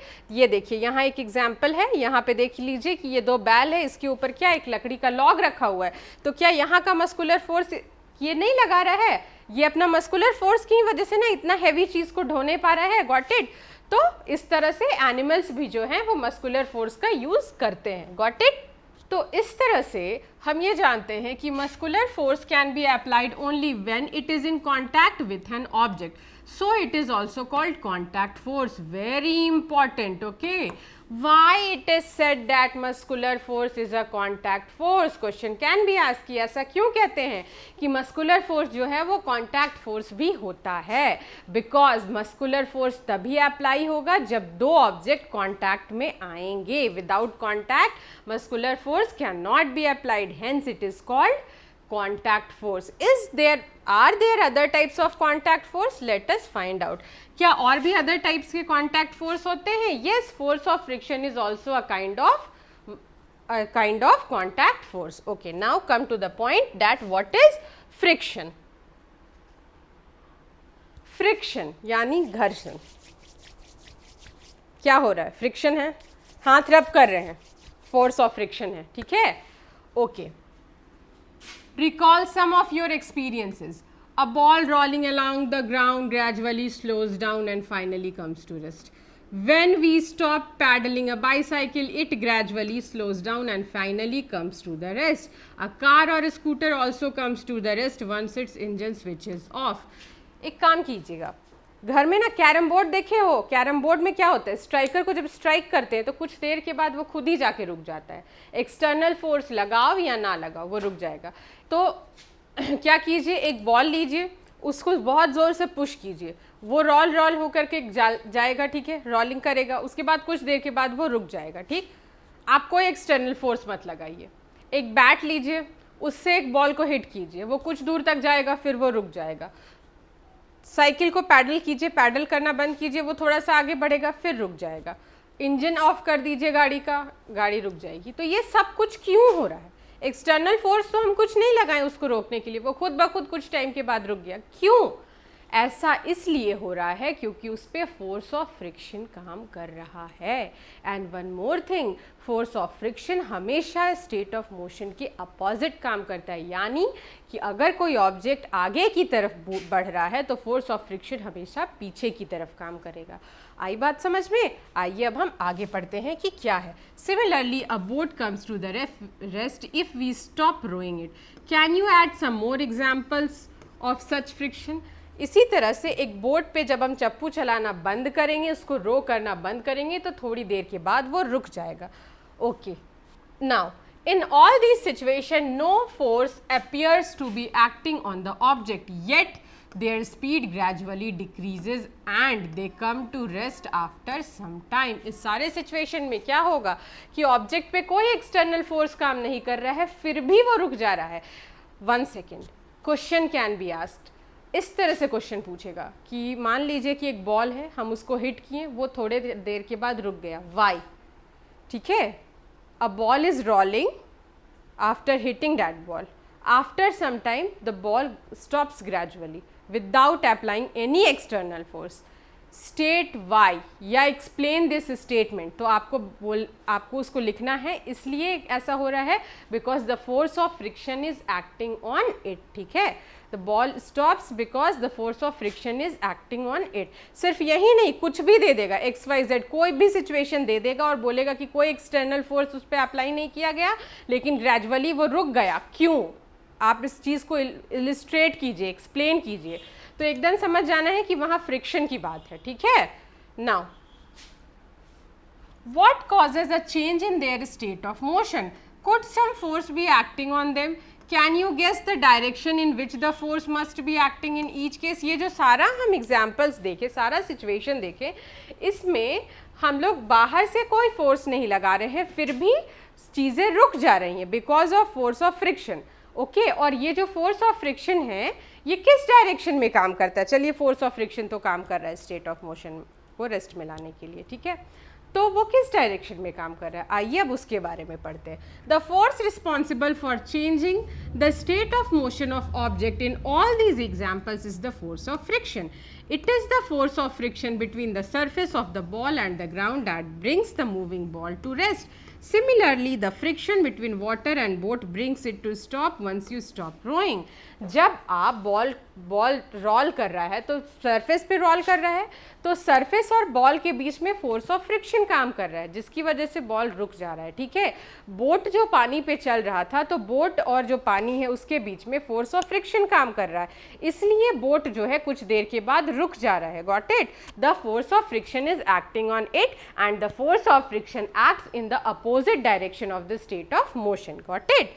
Now, the force of friction always acts on the all moving object and its direction is always opposite to the direction of motion. जो force of friction होता है वो हर moving object पे काम करता है और हमेशा, this one is very very important, हमेशा force of friction opposite direction में काम करेगा. जैसे मान लीजिए ये बॉल है, ये इस तरफ मूव कर रहा है, got it? Then force of friction will move, force of friction will act this side. अगर बॉल आगे की तरफ जा रहा है तो फोर्स ऑफ फ्रिक्शन पीछे की तरफ काम करेगा। Since the force of friction arises due to the contact between surface, it is also an example of contact force. You will learn more about this force in chapter 9. ठीक है, क्योंकि force of friction को भी act में आने के लिए दो ऑब्जेक्ट्स का कॉन्टैक्ट में होना चाहिए। ठीक है, फोर्स ऑफ फ्रिक्शन तभी काम करेगा जब दो ऑब्जेक्ट कॉन्टैक्ट में आएंगे, इसीलिए फोर्स ऑफ फ्रिक्शन भी जो है वो कॉन्टैक्ट फोर्स का एग्जाम्पल है। And we will learn more about this friction in chapter 9। आगे के चैप्टर में, जस्ट इसके बाद जो चैप्टर है वो फ्रिक्शन ही चैप्टर है, और इस फ्रिक्शन के बारे में हम और डिस्कस करेंगे चैप्टर 9 में। Let's move further in this chapter. Okay, so let's learn about non contact force. ऐसा फोर्स जो तब काम करता है जब दो ऑब्जेक्ट कॉन्टैक्ट में नहीं होते हैं। Got it? The first example is magnetic force. Take a pair of bar magnet, place the longer side of one of the magnets over the three round shaped pencil or wooden roller as shown in figure 8.10. एक काम कीजिए कि एक बड़ी सी magnet को लीजिए और 3 pencil के ऊपर उसको रखिए या 3 वुडन रोलर्स के ऊपर। Okay, now bring one end of the other magnet near the other end of the magnet placed on the roller. Make sure that the two magnets do not touch each other. Observe what happens. Next, bring the other end of the magnet near the same end of the magnet placed on the rollers. Okay, क्या कीजिए कि ये देखिए, यहाँ पे आप देख रहे होंगे, तो देखिए हमने क्या किया, 2 मैग्नेट लिया। ठीक है, एक मैग्नेट को हमने 3 पेंसिल्स के ऊपर रखा। ठीक है, और एक मैग्नेट को ऐसे ही रखा है पकड़ के अपने हाथ से। देखिएगा, एक तरफ ब्लू है, एक तरफ रेड है। ठीक है, एक तरफ ब्लू है, एक तरफ रेड है। मान लीजिए कि हम ब्लू वाले को नॉर्थ पोल मान लेते हैं, इसको साउथ पोल मान लेते हैं। वैसे ये ब्लू और रेड जो है ना, वो पोल्स को नहीं मतलब इलस्ट्रेट करने के लिए है। ठीक है, पोल्स को ही आपको पता चल सके, इसलिए ही ये अलग अलग से। तो अगर आप सेम पोल्स को पास लाइएगा मैग्नेट्स के, तो वो क्या होगा, वो एक दूसरे से दूर जाएगा। और अगर डिफरेंट अनलाइक पोल्स को एक दूसरे के पास लाइएगा तो वो अट्रैक्ट होके चिपकेगा। ये तो आप लोग को क्लास 6 में पढ़े ही होंगे मैग्नेट की प्रॉपर्टी में, कि जब नॉर्थ पोल पास आएगा तो क्या होगा, वो पास नहीं आएगा, वो क्या होगा, रिपेल हो जाएगा। और जब नॉर्थ पोल और साउथ पोल एक दूसरे के पास आएगा तो वो दोनों मैग्नेट चिपक जाएगा। Got it? तो यही सेम चीज़ यहाँ पे हो रहा है कि एक मैग्नेट के पीस को हम लोगों ने 3 क्या किया, पेंसिल के ऊपर रख दिया। फिर दूसरा एक जो हमारे पास मैग्नेट जो हाथ में था, उसको उस मैग्नेट के पास ले गए। तो क्या हुआ, जब देखिए ब्लू वाला जो साइड है वो रेड वाले साइड के तरफ हम लोग दोनों को पास लेके गए, तो ये इसको अट्रैक्ट किया। ठीक है, अपने तरफ। अब यहाँ पर देखिए, ये एक मैग्नेट है और ये भी एक मैग्नेट है। ठीक है, तो ब्लू साइड और ब्लू साइड को जब हम सामने सामने दिखा रहे हैं, लेके जा रहे हैं सेम पोल्स को, तो ये क्या हो रहा है, डिफ्लेक्ट कर दे रहा है। यानी कि फोर्स काम कर रहा है, क्योंकि पुशिंग और पुलिंग हो रहा है। जब अनलाइक पोल्स आ रहे हैं तो क्या हो रहा है, पुलिंग हो रहा है। ठीक है, पुलिंग हो रहा है, यानी पुलिंग क्या है, फोर्स है। अब देखिए, जब लाइक चार्जेस पास आ रहा है, लाइक जो पोल्स है वो पास आ रहा है, तो क्या हो रहा है, डिफ्लेक्शन हो रहा है। डिफ्लेक्शन यानी कि दूर जा रहा है। ठीक है, पुश कर रहा है एक दूसरे को दूर, एक दूसरे से दूर जा रहा है। तो ये क्या है, ये भी फोर्स है। यानी कि फोर्स तो काम कर रहा है, लेकिन क्या ये दोनों मैग्नेट एक दूसरे के टच में आ रहे हैं, नहीं। इसलिए magnetic force is a non contact force. Got it? इसीलिए मैग्नेटिक फोर्स को हम नॉन कॉन्टैक्ट फोर्स बोलते हैं, क्योंकि मैग्नेटिक फोर्स तब भी काम करता है जब दो ऑब्जेक्ट्स कॉन्टैक्ट में नहीं आते हैं। Okay, now what it is said, does the magnet on the rollers begin to move when the other magnet is brought near it? Does it always move in the direction of the approaching magnet? What does these observations suggest? Does it mean that some force must be acting between these two magnets? Okay, यानी कि जो magnets है वो मैं आपको पहले ही बताया कि जब लाइक जो आपका पोल्स है उसको पास ला रहे, तो वो क्या हो रहा है, इधर भी ब्लू कलर वाला पोल है, इधर का भी ब्लू कलर का पोल है, दोनों को ला रहे तो दोनों डिफ्लेक्ट कर रहा है। अब इधर का ब्लू कलर का पोल है, इधर रेड कलर वाला पोल को पास ला रहे तो दोनों सट जा रहा है। तो क्या हो रहा है, डिफ्लेक्शन हो रहा है। तो does it always move in the direction of approaching magnet? What does these observation suggest? ये ऑब्जर्वेशन जो हम देख रहे हैं ये क्या सजेस्ट कर रहा है? ये हम लोगों को ये सजेस्ट कर रहा है कि दो मैग्नेट्स जब कांटेक्ट में नहीं आते हैं तो भी उनके बीच में फोर्स काम करता है. That is why magnetic force is a non contact force. You have learn in class 6 that like poles of the two magnet repel each other and unlike pole attract each other. Attraction or repulsion between the object can also be seen as other form of push and pull. हम लोगों ने class 6 में पढ़ा था कि दो poles जो magnet के होते हैं वो एक दूसरे को रिपेल करते हैं. ठीक है, दो जो पोल्स होते हैं, लाइक पोल्स होते हैं, वो एक दूसरे को क्या करते हैं, रिपेल करते हैं, और जो दो अनलाइक पोल्स होते हैं वो अट्रैक्ट करते हैं. ओके, तो ये जो अट्रैक्शन और रिपल्शन है दो ऑब्जेक्ट के बीच में, क्या इसको हम पुश और पुल के फॉर्म में नहीं समझ सकते हैं? यस, बिल्कुल समझ सकते हैं. Okay, do you have to bring the magnets in contact for observing the force between them? Do you have to bring the magnets in contact for observing the force between them? क्या ये दोनों जो magnets हैं इनके बीच में अगर कोई force काम कर रहा है तो इसके लिए हम लोगों को ये दोनों मैग्नेट्स को कांटेक्ट में लाना पड़ा? No, not at all. Okay, a magnet can exert a force on other magnet without being in contact with it. The force exerted by the magnet is an example of non-contact force. ठीक है, यानी कि जो magnet है उसके ऊपर force तब भी काम करेगा जब उसको हम कांटेक्ट में, दोनों अगर मैग्नेट को कांटेक्ट में नहीं भी ला रहे तो भी फोर्स एक्सर्ट कर रहा है. इसीलिए this is the example of non contact force. Very important. ठीक है, ये पॉइंट समझिए. क्वेश्चन कैसे पूछेगा? क्वेश्चन पूछेगा कि state why it is said that magnetic force is an example of non contact force and how, और ऐसे भी पूछ सकते हैं how can you say that magnetic force is an example of non contact force. तो क्योंकि magnetic force को play में आने के लिए दोनों मैग्नेट्स को एक दूसरे के कॉन्टैक्ट में नहीं आना पड़ता है, दूर से भी फोर्स काम करता है, इसीलिए इसको नॉन कॉन्टैक्ट फोर्स हम लोग बोलते हैं. Got it? नाउ अब हम लोग पढ़ते हैं इलेक्ट्रोस्टैटिक फोर्स के बारे में. इलेक्ट्रोस्टैटिक फोर्स के बारे में पढ़ने से पहले हम एक एक्टिविटी देखते हैं. Take a plastic straw, cut it into nearly 2 pieces. Suspend one of the piece from the edge of the table with the help of piece of thread. Now hold the other piece of the straw in your hand and rub its free ink with the sheet of paper. क्या कीजिए, एक straw लीजिए, उसको 2 हिस्सों में काट लीजिए. ठीक है, एक स्ट्रॉ को थ्रेड की हेल्प से टेबल से लटका दीजिए और दूसरा वाला स्ट्रॉ का पीस को अपने हाथ में रखिए. ठीक, अब ये जो दूसरा वाला स्ट्रॉ का पीस है इसको क्या कीजिए, पेपर से रब कीजिए. ये वाला जो आपके हाथ में स्ट्रॉ है वो क्या होगा, उसका जो एंड है वो क्या होगा, चार्ज हो जाएगा, और जो थ्रेड से लटका हुआ है वो क्या होगा, अनचार्ज्ड होगा. देखिए बिल्कुल ऐसे, यहाँ पे देख रहे हैं एक टेबल है, थ्रेड से लटकाया हुआ है. ठीक है, स्ट्रॉ, और एक स्ट्रॉ इसके हाथ में है. Okay, now what will happen? Now what will happen? Bring the rubbed and of the straw near the suspended straw. Make sure that the 2 pieces do not touch each other. What do you observe? ठीक है, क्या करना है कि एक को रब कर लेना है, फ्री एंड को. ठीक है, मान लीजिए ये एक थ्रेड से लटका हुआ है और ये एक तुम्हारा, इसको पेपर से रब कर लो. अब इसके पास लाओगे, क्या होगा, ये इसको अट्रैक्ट करेगा. क्यों? क्योंकि इसका ये जो पॉइंट है ये चार्ज्ड है और इसका जो ये एक पॉइंट है ये अनचार्ज्ड है. ठीक है, तो क्या होता है, unlike charges attract each other and like charges repel each other. Got it? अब क्या कीजिए, now next rub the free end of the suspended piece of the straw with the sheet of paper. Again bring the piece of straw that was rubbed earlier with the paper near the free end of the suspended straw. What do you observe now?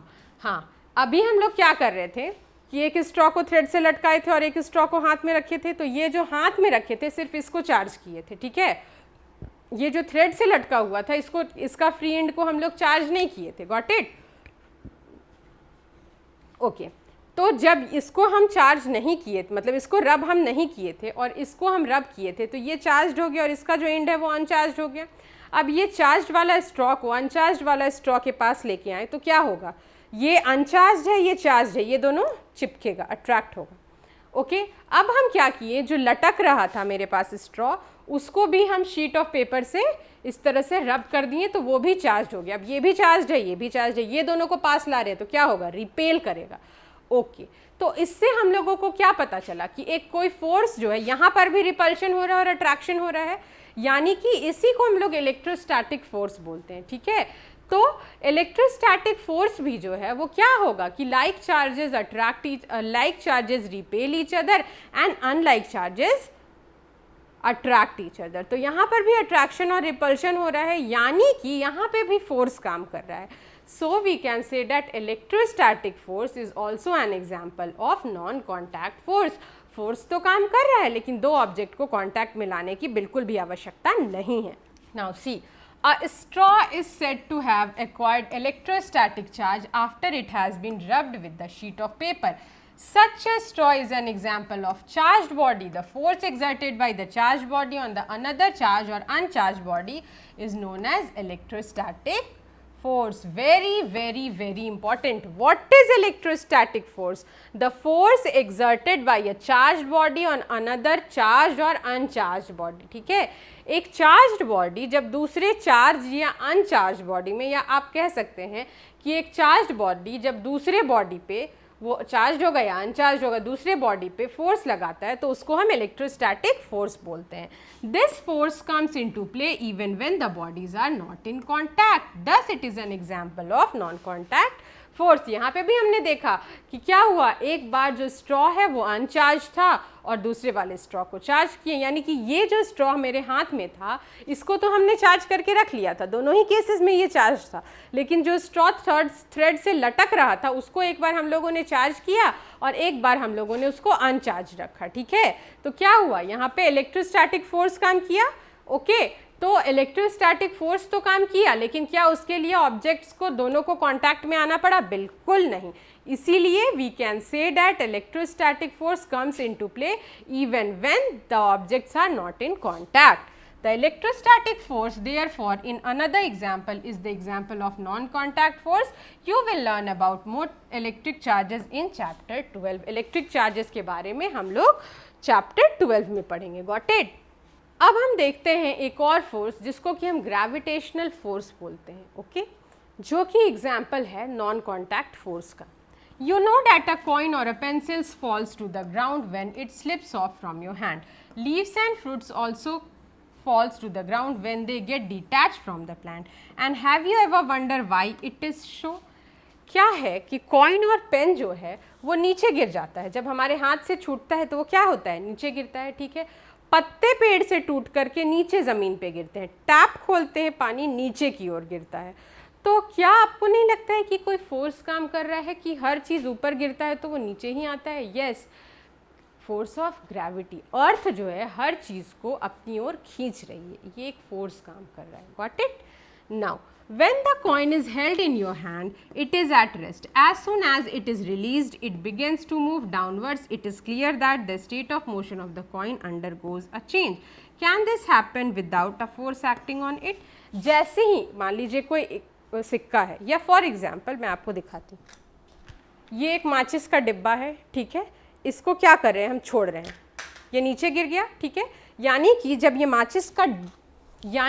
ये माचिस का डिब्बा नीचे गिर रहा था तो उसका डाउनवर्ड उसका मोशन था। देखिएगा फिर से, इसको मैंने छोड़ा, ये नीचे की ओर मूव कर रहा था। ओके, तो ये जब नीचे की ओर मूव कर रहा था तो स्टेट ऑफ मोशन क्या था उसका, रेस्ट से वो मोशन में आया। ठीक है, और फिर वो नीचे गया और वो रेस्ट पे आ गया, यानी कि अर्थ उसको अपनी तरफ खींच लिया।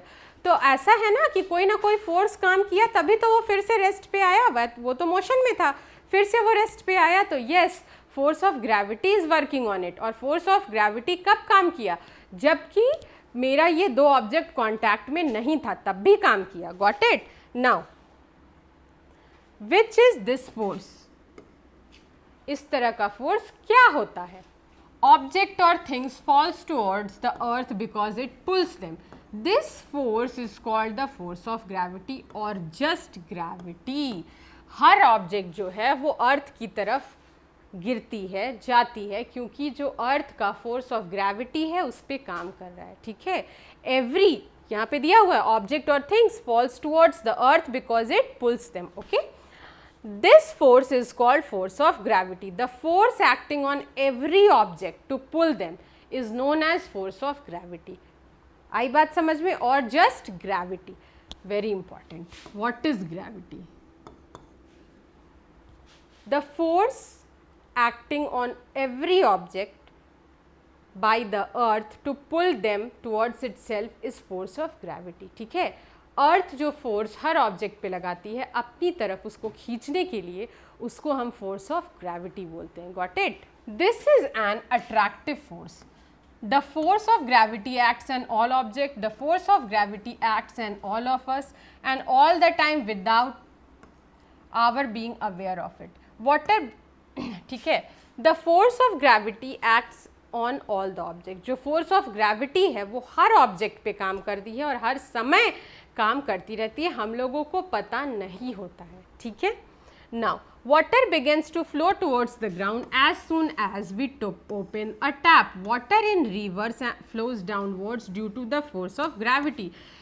Okay, यहाँ से ना क्वेश्चन पूछ सकता है कि when we open the tap, why do the water falls downwards. ठीक है, जब हम नल खोलते हैं तो जो पानी का धारा है वो नीचे ही क्यों जाता है, या ये भी एग्जाम्पल पूछ सकता है कि नदियों में जो पानी है वो फ्लो करती है तो वो डाउनवर्ड डायरेक्शन में नीचे की तरफ क्यों फ्लो करती है। ठीक है, all these things are happening because of force of gravity. ये सब कुछ फोर्स ऑफ ग्रेविटी की वजह से होता है। ओके, आई बात समझ में कि फोर्स ऑफ ग्रेविटी क्या होता है। अब देखते हैं कि इस पीले डब्बे में क्या लिखा हुआ है। Gravity is not a property of the earth alone. In fact, every object in the universe, whether small or large, exert a force on every other object. This force is known as gravitational force. ठीक है, very very very important. Force of gravity और gravitational force में अंतर सुन लीजिए। अर्थ जो हर object के ऊपर उसको अपनी तरफ खींचने के लिए फोर्स लगाती है उसको ग्रेविटी कहते हैं। अर्थ यानी अर्थ जो फोर्स अप्लाई करती है हर ऑब्जेक्ट को अपनी तरफ खींचने के लिए उसको ग्रेविटी कहते हैं।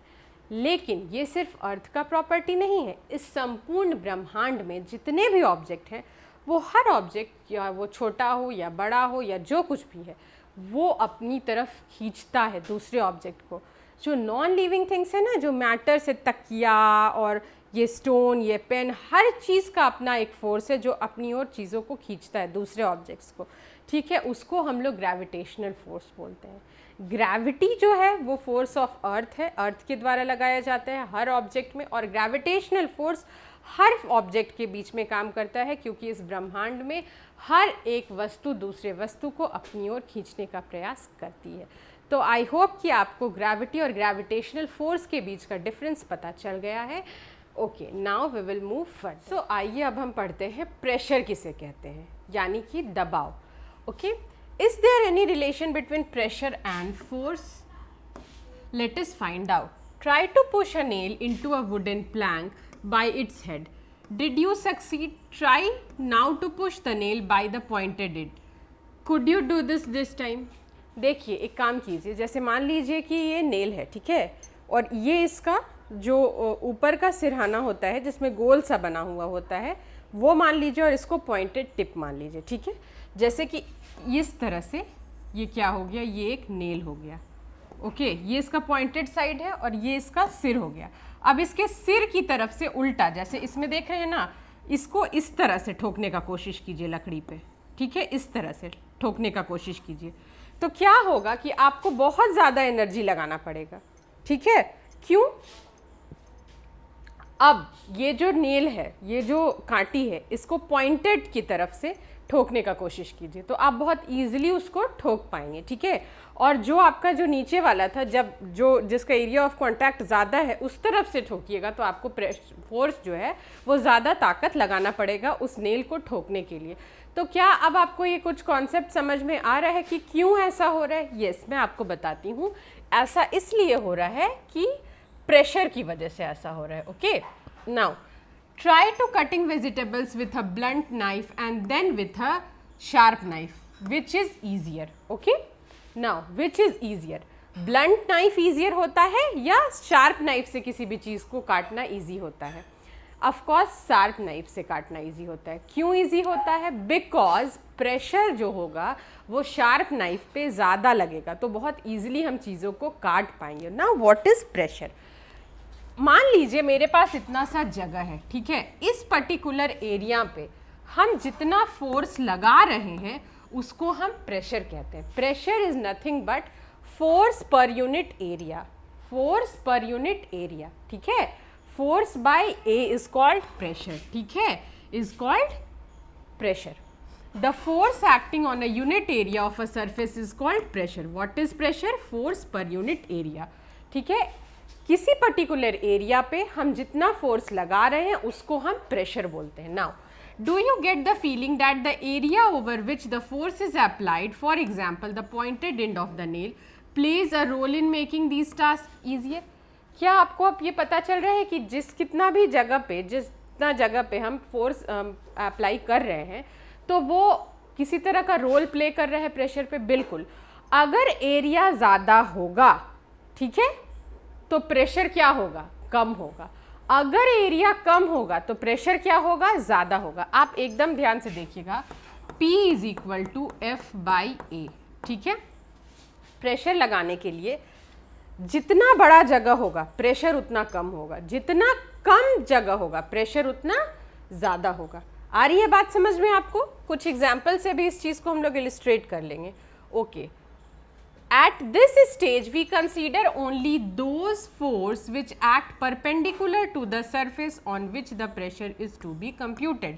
अब ये सारा जो एग्जाम्पल्स था इसमें हम सिर्फ परपेंडिकुलर ही जो फोर्स एक्ट कर रहा था उसके बारे में देखें, क्योंकि देखिए जब सब्जी काट रहे हैं नाइफ ऐसे रखे हैं तो परपेंडिकुलर है, ठीक है. हम कील ठोक रहे हैं परपेंडिकुलरली फोर्स लगा रहे हैं. अब हम परपेंडिकुलर फोर्स की बात नहीं करते हैं, ठीक है. अब हम परपेंडिकुलर फोर्स की बात नहीं करते हैं, हम डिफरेंट डायरेक्शंस के फोर्स के बारे में बात करेंगे प्रेशर के लिए. I now understand why potters place a round piece of cloth on their heads when they have to carry heavy loads.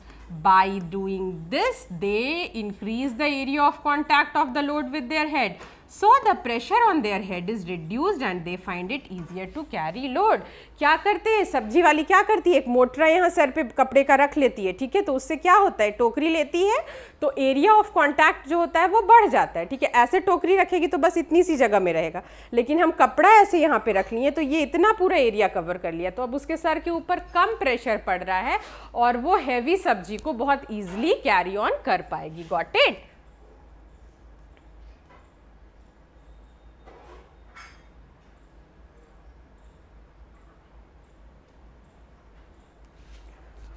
Okay, question आपसे इस तरह से कभी पूछ सकता है कि by given an example illustrate how the pressure is indirectly proportional to area. या फिर हम ये बात अगर कह रहे हैं कि if area is greater then the pressure will be low, तो इसका एक एग्जाम्पल दीजिए, ठीक है. Pressure will be low and it is easy for us to do our task. तो आप ये सब्जी वाला जो है सो एग्जाम्पल दे सकते हैं. Got it? Note that the area is in the denominator in the above expression. So the smaller the area, larger the pressure on a surface for the same force. The area of the pointed end of the nail is much smaller than that of its head. The same force therefore produces a pressure sufficient to push the pointed end of the nail on the wooden plank. देखिए, मान लीजिए हम 10 Newton का force लगा रहे हैं और area मेरा इतना बड़ा है, तो प्रेशर क्या होगा? कम होगा. लेकिन 10 ही न्यूटन का हम फोर्स लगा रहे हैं और एरिया जो है मेरा इतना थोड़ा सा है, प्रेशर ज़्यादा होगा. सेम फोर्स पे अगर एरिया कम है तो प्रेशर ज़्यादा होगा, सेम फोर्स पे अगर एरिया ज़्यादा है तो प्रेशर क्या होगा? कम होगा. बात समझ में आया?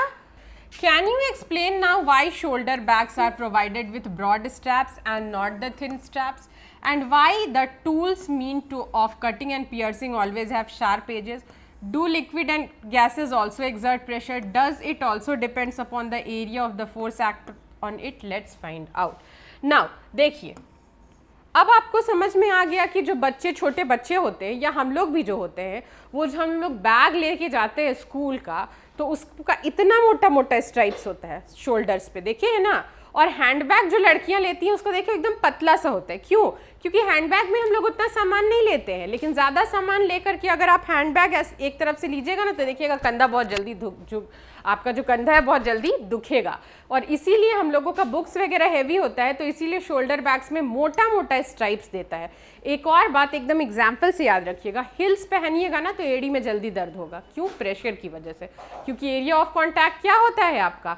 कम होता है तो आपके पैर में क्या होगा, प्रेशर पड़ने की वजह से दर्द बहुत जल्दी हो जाएगा। वहीं आप फ्लैट चप्पल पहनिएगा तो आपके पैर में जल्दी दर्द नहीं होगा, आप कितना भी चलिए। क्यों? क्योंकि एरिया ऑफ कॉन्टैक्ट जो है वो क्या होता है, वो ज़्यादा होता है। नाउ क्या सिर्फ सॉलिड ही प्रेशर एग्जर्ट करते हैं, क्या लिक्विड और गैस प्रेशर एग्जर्ट नहीं करते हैं? आइए अब हम इनके बारे में भी देखते हैं। Now will read about pressure exerted by liquid and gas. Liquid और गैस के द्वारा जो दबाव एग्जर्ट किया जाता है, जो प्रेशर एग्जर्ट किया जाता है। Activity: take a transparent glass tube or a plastic pipe. The length of the pipe should be 25 centimetre and its diameter should be 5 to 7 centimetre. एक ग्लास ट्यूब लीजिए, उसका लेंथ जो है 25 सेंटीमीटर होना चाहिए, उसका डायमीटर 5 से 7.5 सेंटीमीटर होना चाहिए। Also take a pipe of thin sheet of a good quality rubber, say a rubber balloon, okay? Stretch the rubber sheet tightly over the end of the pipe. एक pipe लीजिए, उसके and पे एक rubber balloon type का ले लीजिए और उसको इस तरह से ऐसे टाई कर दीजिए, okay? Hold the pipe at the middle, keeping it in a vertical position. जो पाइप है उसको मिडिल में बीच में पकड़िए और keep it in a vertical position. Vertical position ऐसे ऐसे रखिएगा, okay? Ask one of your friends to pour some water in the pipe. Does the rubber sheet bulge out? क्या होगा आपका कि ये जो रबर शीट है इसको वर्टिकल पोजीशन में ऐसे लीजिए। हम एक पाइप लिए, नीचे में एक रबर टाई कर दिए, ठीक है? अब हम इसमें पानी डाल रहे हैं तो क्या होगा, रबर फूलेगा। इसमें क्या बता रहे हैं, हम आपको बता दे रहे हैं, ठीक है? जितना ज़्यादा पानी डालोगे उतना ज़्यादा वो फूलता जाएगा, ठीक है? देखो, note also the height of the water column in the pipe. pour some more water, observe again the bulge in the rubber sheet and the height of the water column in the pipe. Repeat this process a few more times. Can you see any relation between the amount of bulge in the rubber sheet and the height of the water column in the pipe? इतना ना तामझाम को छोड़ दीजिए। एक pipe लीजिए, नीचे tie कीजिए रबर को, ये बलून टाइप का जो इसको टाई कर दीजिए, ठीक है? अब उसको वर्टिकली ऐसे पकड़ लीजिए। अब पानी यहाँ तक डालेंगे, ये देखिए इतना थोड़ा सा जो है सो फूला है। ज़्यादा पानी डालेंगे, ठीक है? ज़्यादा पानी डालें, क्या हुआ, ज़्यादा फूल रहा है। मतलब इसका मतलब क्या है, pressure exerted by the water at the bottom of the container depends on the height of the column. यानी कि प्रेशर जो पानी का लग रहा है कंटेनर पे, तो उसके बॉटम पे उसके हाइट पे डिपेंड करता है। यानी कि पानी का हाइट जितना ज़्यादा होगा, यहाँ नीचे बॉटम पे प्रेशर उतना ज़्यादा होगा। आई बात समझ में? यानी कि बॉटम पे भी प्रेशर एग्जर्ट होता है लिक्विड का।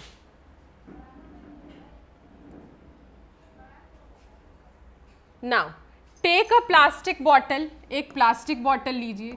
You can take a discarded water or a soft drink bottle. Fix a cylindrical glass tube with a few centimeter long near its bottom as shown in figure 8.51. अब bottom पे नहीं लगाना है, जैसे ये आपका पाइप है ना, इसका बॉटम से थोड़ा सा ऊपर में इस तरह से, ठीक है? You can do so by slightly heating one end of the glass tube and then quickly inserting it near the bottom of the bottle. एक क्या कीजिएगा, ट्यूब का जो एक एंड है उसको गर्म कर लीजिएगा और बॉटल के पास में इस तरह से मान लीजिए कि ये बॉटल है आपका, वो ट्यूब का एक वन एंड मान लीजिए है, इसको यहाँ पे हीट करके यहाँ पे बॉटम पे नहीं, यहाँ पे इस तरह से लगाएं, ठीक है? और जैसे ये एक ट्यूब है, इस तरह से इसको इंसर्ट किए, इसका जो इधर का एंड है यहाँ पे वो बलून को हम लोग लगा देंगे, ओके? Just like that. देखिए,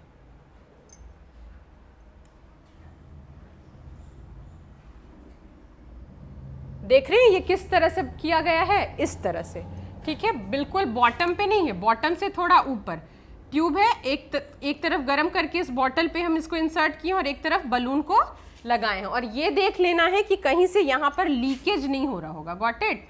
यहाँ पे कोई भी लीकेज नहीं होना चाहिए। नाउ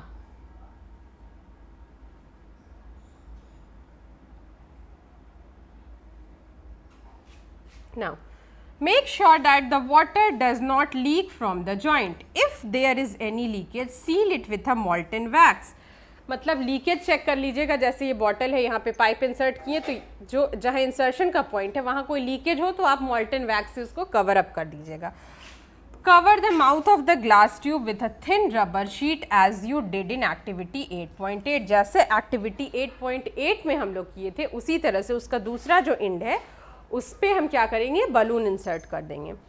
ओके, क्या करना है कि ट्यूब का जो एक एंड है उसको गर्म करके तो हम बॉटल में घुसा दिए, उसका जो दूसरा एंड है वहाँ को रबर शीट से कवर कर देना है, जैसे हम लोग प्रीवियस वाले एक्टिविटी में किए थे। Now fill the bottle up to half with water. What do you observe? Why does the rubber sheet, why does the fixed glass tube bulb this time? Pour some more water in the bottle. Is there any change in the bulge of rubber sheet? क्या होगा, इस bottle में हम लोग tube को इस तरह से इंसर्ट कर दिए, ट्यूब के एक एंड पे हम लोग ये रबर शीट लगा दिए, ठीक है। इतना पानी होगा तो ये इतना फूलेगा, ज़्यादा पानी डालोगे ये ज़्यादा बड़ा होगा। तो ये जो एक्सपेरिमेंट है ये क्या शो करता है? A liquid exert pressure on the walls of the container. अच्छा, अभी तो प्रीवियस वाले में हम लोग क्या किए थे कि इस तरह से ट्यूब को रखे थे, यहाँ नीचे में रबर शीट था, ठीक है।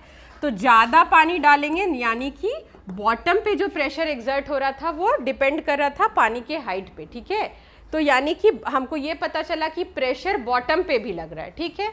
इस एक्टिविटी में क्या किए हम लोग, इस एक्टिविटी में हम लोग क्या किए कि एक ट्यूब को बॉटम से थोड़ा ऊपर लगाए तो और साइड में रबर शीट लगा दिए। अब ज़्यादा पानी डाल रहे हैं तो ये ज़्यादा इन्फ्लेट कर रहा है, ज़्यादा बड़ा हो जा रहा है। तो क्या इससे हम लोग को ये नहीं पता चलता है कि लिक्विड जो है सो कंटेनर के वॉल्स पे भी प्रेशर एक्सर्ट कर रहा है?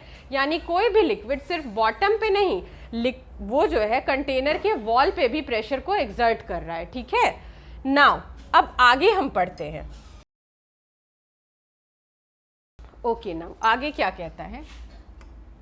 Note that the rubber sheet has been fixed on the side of the container and not at the bottom.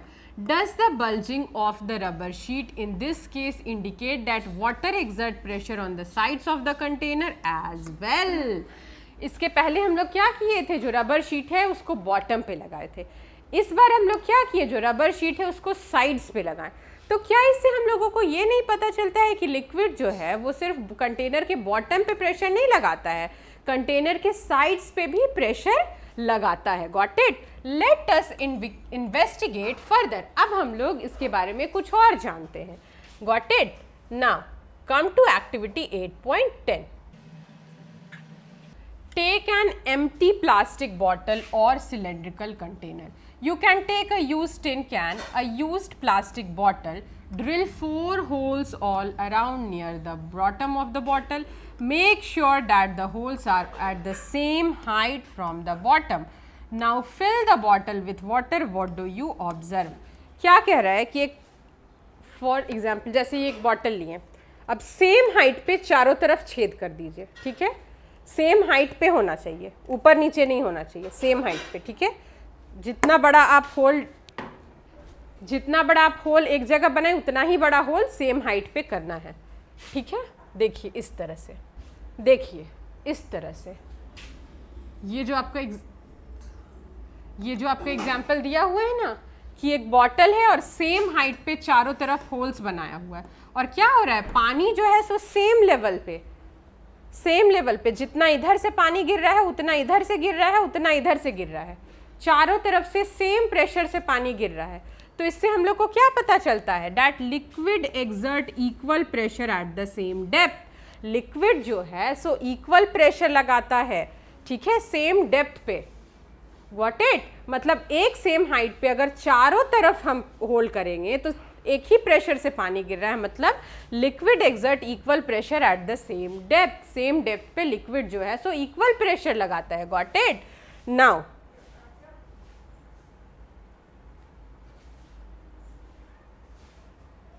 अब देखिए, इस एग्जाम्पल से तो हम लोगों को ये पता चल गया कि लिक्विड जो है वो कंटेनर के वॉल्स पे भी प्रेशर एक्सर्ट करता है। पर क्या ऐसा सिर्फ लिक्विड्स के साथ होता है या गैसेस के साथ भी ऐसा ही होता है? Let's find out.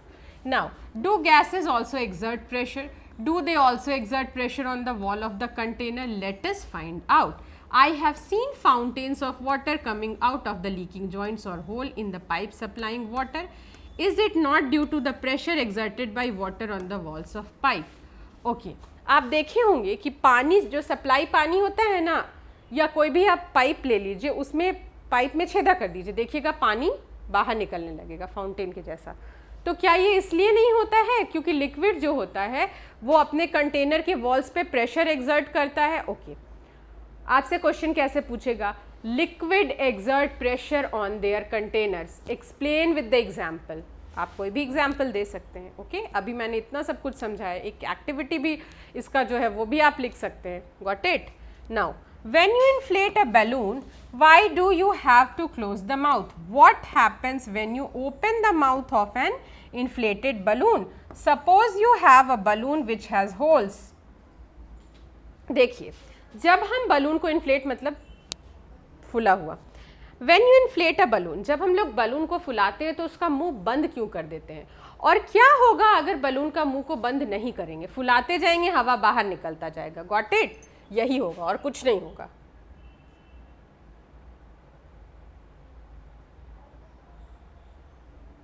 Okay, be able to inflate it? If not, why? Can we say that the air exert pressure in all direction? Do you recall what happens to the air in the bicycle tube when it has a puncture? Do these observations suggest that air exert pressure on the inner walls of an inflated balloon or tube? So we find that gases too exert pressure on the walls of the container. Okay. Now, देखिए, एक balloon लिए, फुला हुआ है, उसका mouth को हम tie कर दिए। अब मान लीजिए माउथ को हम टाई नहीं करते, क्या होगा? हम फुलाते जाएंगे, निकलता जाएगा हवा। और मान लीजिए कि एक बलून लिए, उसमें एक छोटा सा होल कर दिए, हम इधर से गैस का प्रेशर दे रहे हैं, उधर से गैस का प्रेशर निकल रहा है, तो क्या वॉल्स की ही वजह से ना निकल रहा है? वॉल्स पे प्रेशर, गैसेस जो है सो बलून के वॉल्स पे प्रेशर डाल रहा है, तब तो निकल रहा है। जैसे मान लीजिए कि ये बलून है, ठीक है, हम यहाँ से जो है सो क्या कर रहे हैं, यहाँ से हवा पास ऑन कर रहे हैं, यहाँ पे होल है, यहाँ से गैस निकल रहा है, तब तो ये पचका ही रह रहा है। ट्यूब है, बाईसाइकिल जो चलाते होंगे या मोटरसाइकिल वगैरह या कोई भी व्हीकल चलाते हो, पंचर कैसे होता है? टायर तो फुला हुआ रहता है, उसके अंदर एयर भरा हुआ रहता है, कुछ छेद हुआ तो ये निकल गया। यानी कि गैसेस भी अपने कंटेनर जिसमें वो रहता है, उसका जो वॉल्स है उसके ऊपर प्रेशर एक्सर्ट कर रहा है, तब तो ऐसा हो रहा है। Okay, gases to exert pressure on their containers wall, illustrate with the example. Statement देगा कि गैसेस भी जो होते हैं वो भी अपने कंटेनर के ऊपर प्रेशर जो है वो लगाते हैं, एक्सर्ट करते हैं। इसको एक एग्जाम्पल से समझाइए। तो आप ये पंचर वाला एग्जाम्पल दे सकते हैं, बलून वाला एग्जाम्पल दे सकते हैं। Got it?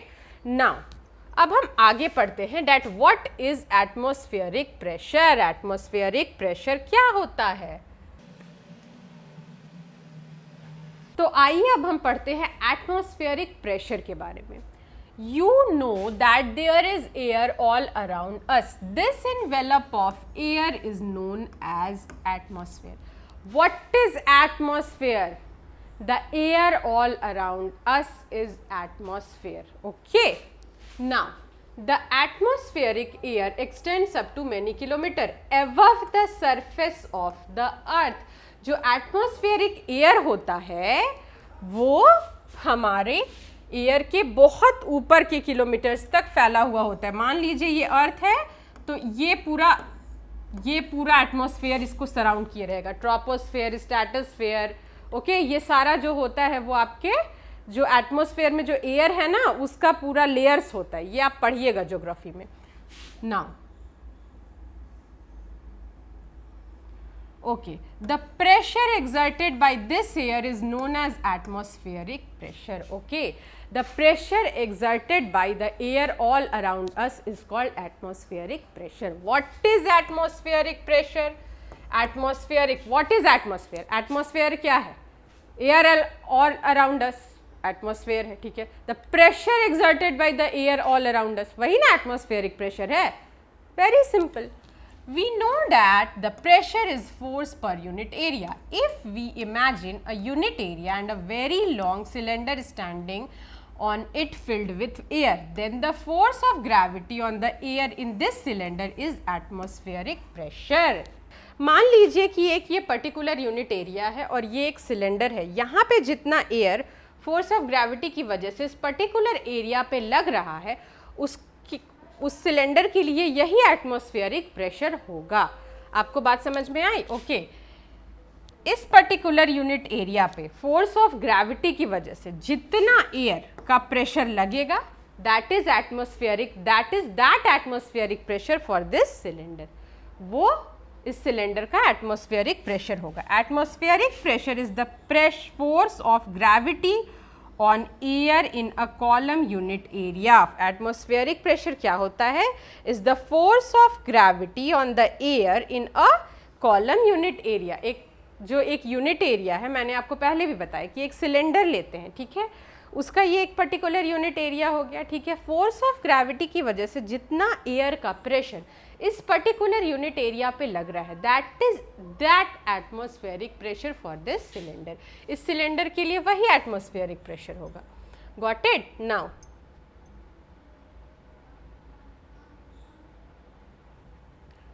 But how large or small is the atmospheric pressure? Let us get an idea about its magnitude.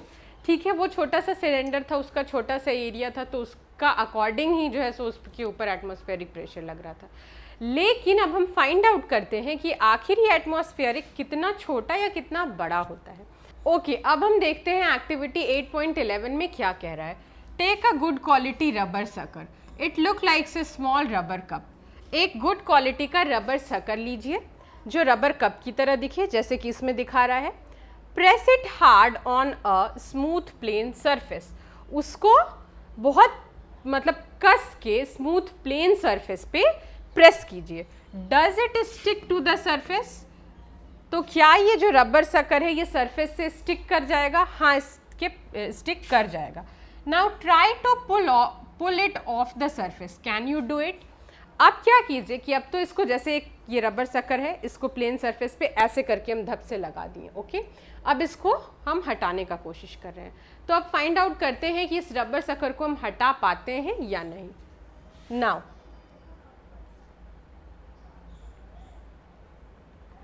when you press the sucker, most of the air between the cup and the surface escapes out. जब हम sucker को press करते हैं तो जो air, जो cup और surface के बीच में जो एयर है वो बहुत सारा एयर निकल जाता है, स्केप आउट कर जाता है. The sucker sticks to the surface because the pressure of atmosphere on it. और सकर जो है वो सरफेस से जो एटमॉस्फेयर का प्रेशर उसके ऊपर काम कर रहा है ना, उसकी वजह से स्टिक ऑन कर जाता है. To pull the sucker off the surface the applied force should be large enough to overcome this atmospheric pressure. और उसको हटाने के लिए, अब उस सकर को हटाने के लिए हम लोगों को बहुत ताकत की ज़रूरत है. देखिए, एक रबर सकर लिए, एक प्लेन स्मूथ पेज पे हम उसको धप से ऐसे मार दिए, तो क्या हुआ, जो एयर था ये दोनों के बीच का वो तो निकल गया. अब एटमॉस्फेरिक प्रेशर की वजह से क्या हो रहा है कि उसको हटाने के लिए हमको बहुत ताकत लगाना पड़ रहा है. This activity might give you an idea about the magnitude of atmospheric pressure. In fact, it would not be possible for any human being to pull out the sucker off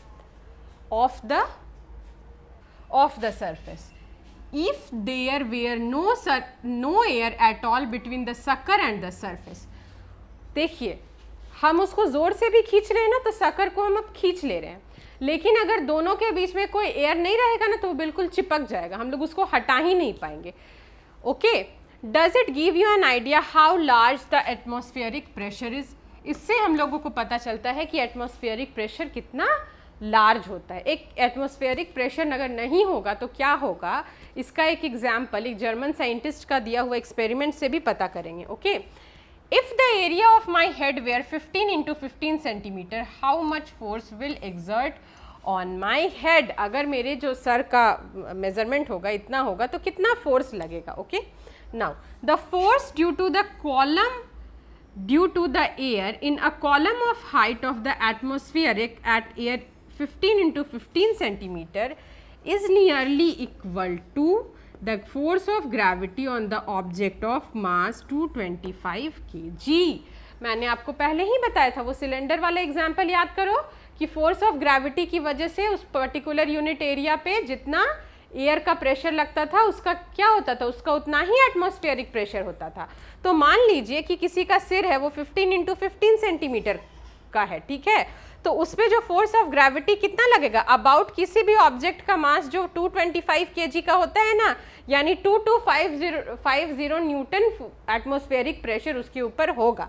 The reason we are not crushed under this force of gravity is that the pressure inside our body is also equal to the atmospheric pressure।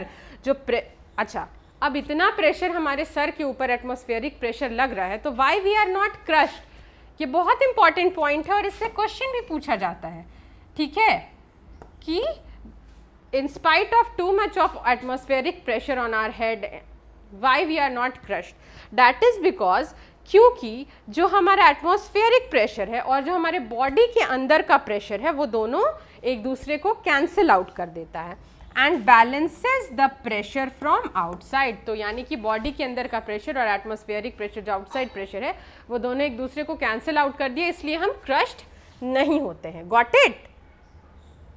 Now अभी थोड़ी देर पहले हमने rubber sucker वाला example देखा था कि अगर atmospheric pressure नहीं होता तो वो रबर सकर को तो हम लोग खींच ही नहीं पाते, पुल आउट ही नहीं करने पाते। तो कितना एटमॉस्फेरिक प्रेशर लार्ज होता है या एटमॉस्फेरिक प्रेशर के बारे में जानने के लिए जर्मन साइंटिस्ट एक एक्सपेरिमेंट किया था। चलिए आइए अब हम उस एक्सपेरिमेंट के बारे में देखते हैं। Okay, Otto von Guericke, German scientist of 17th century, invented a pump to extract air out of the vessel।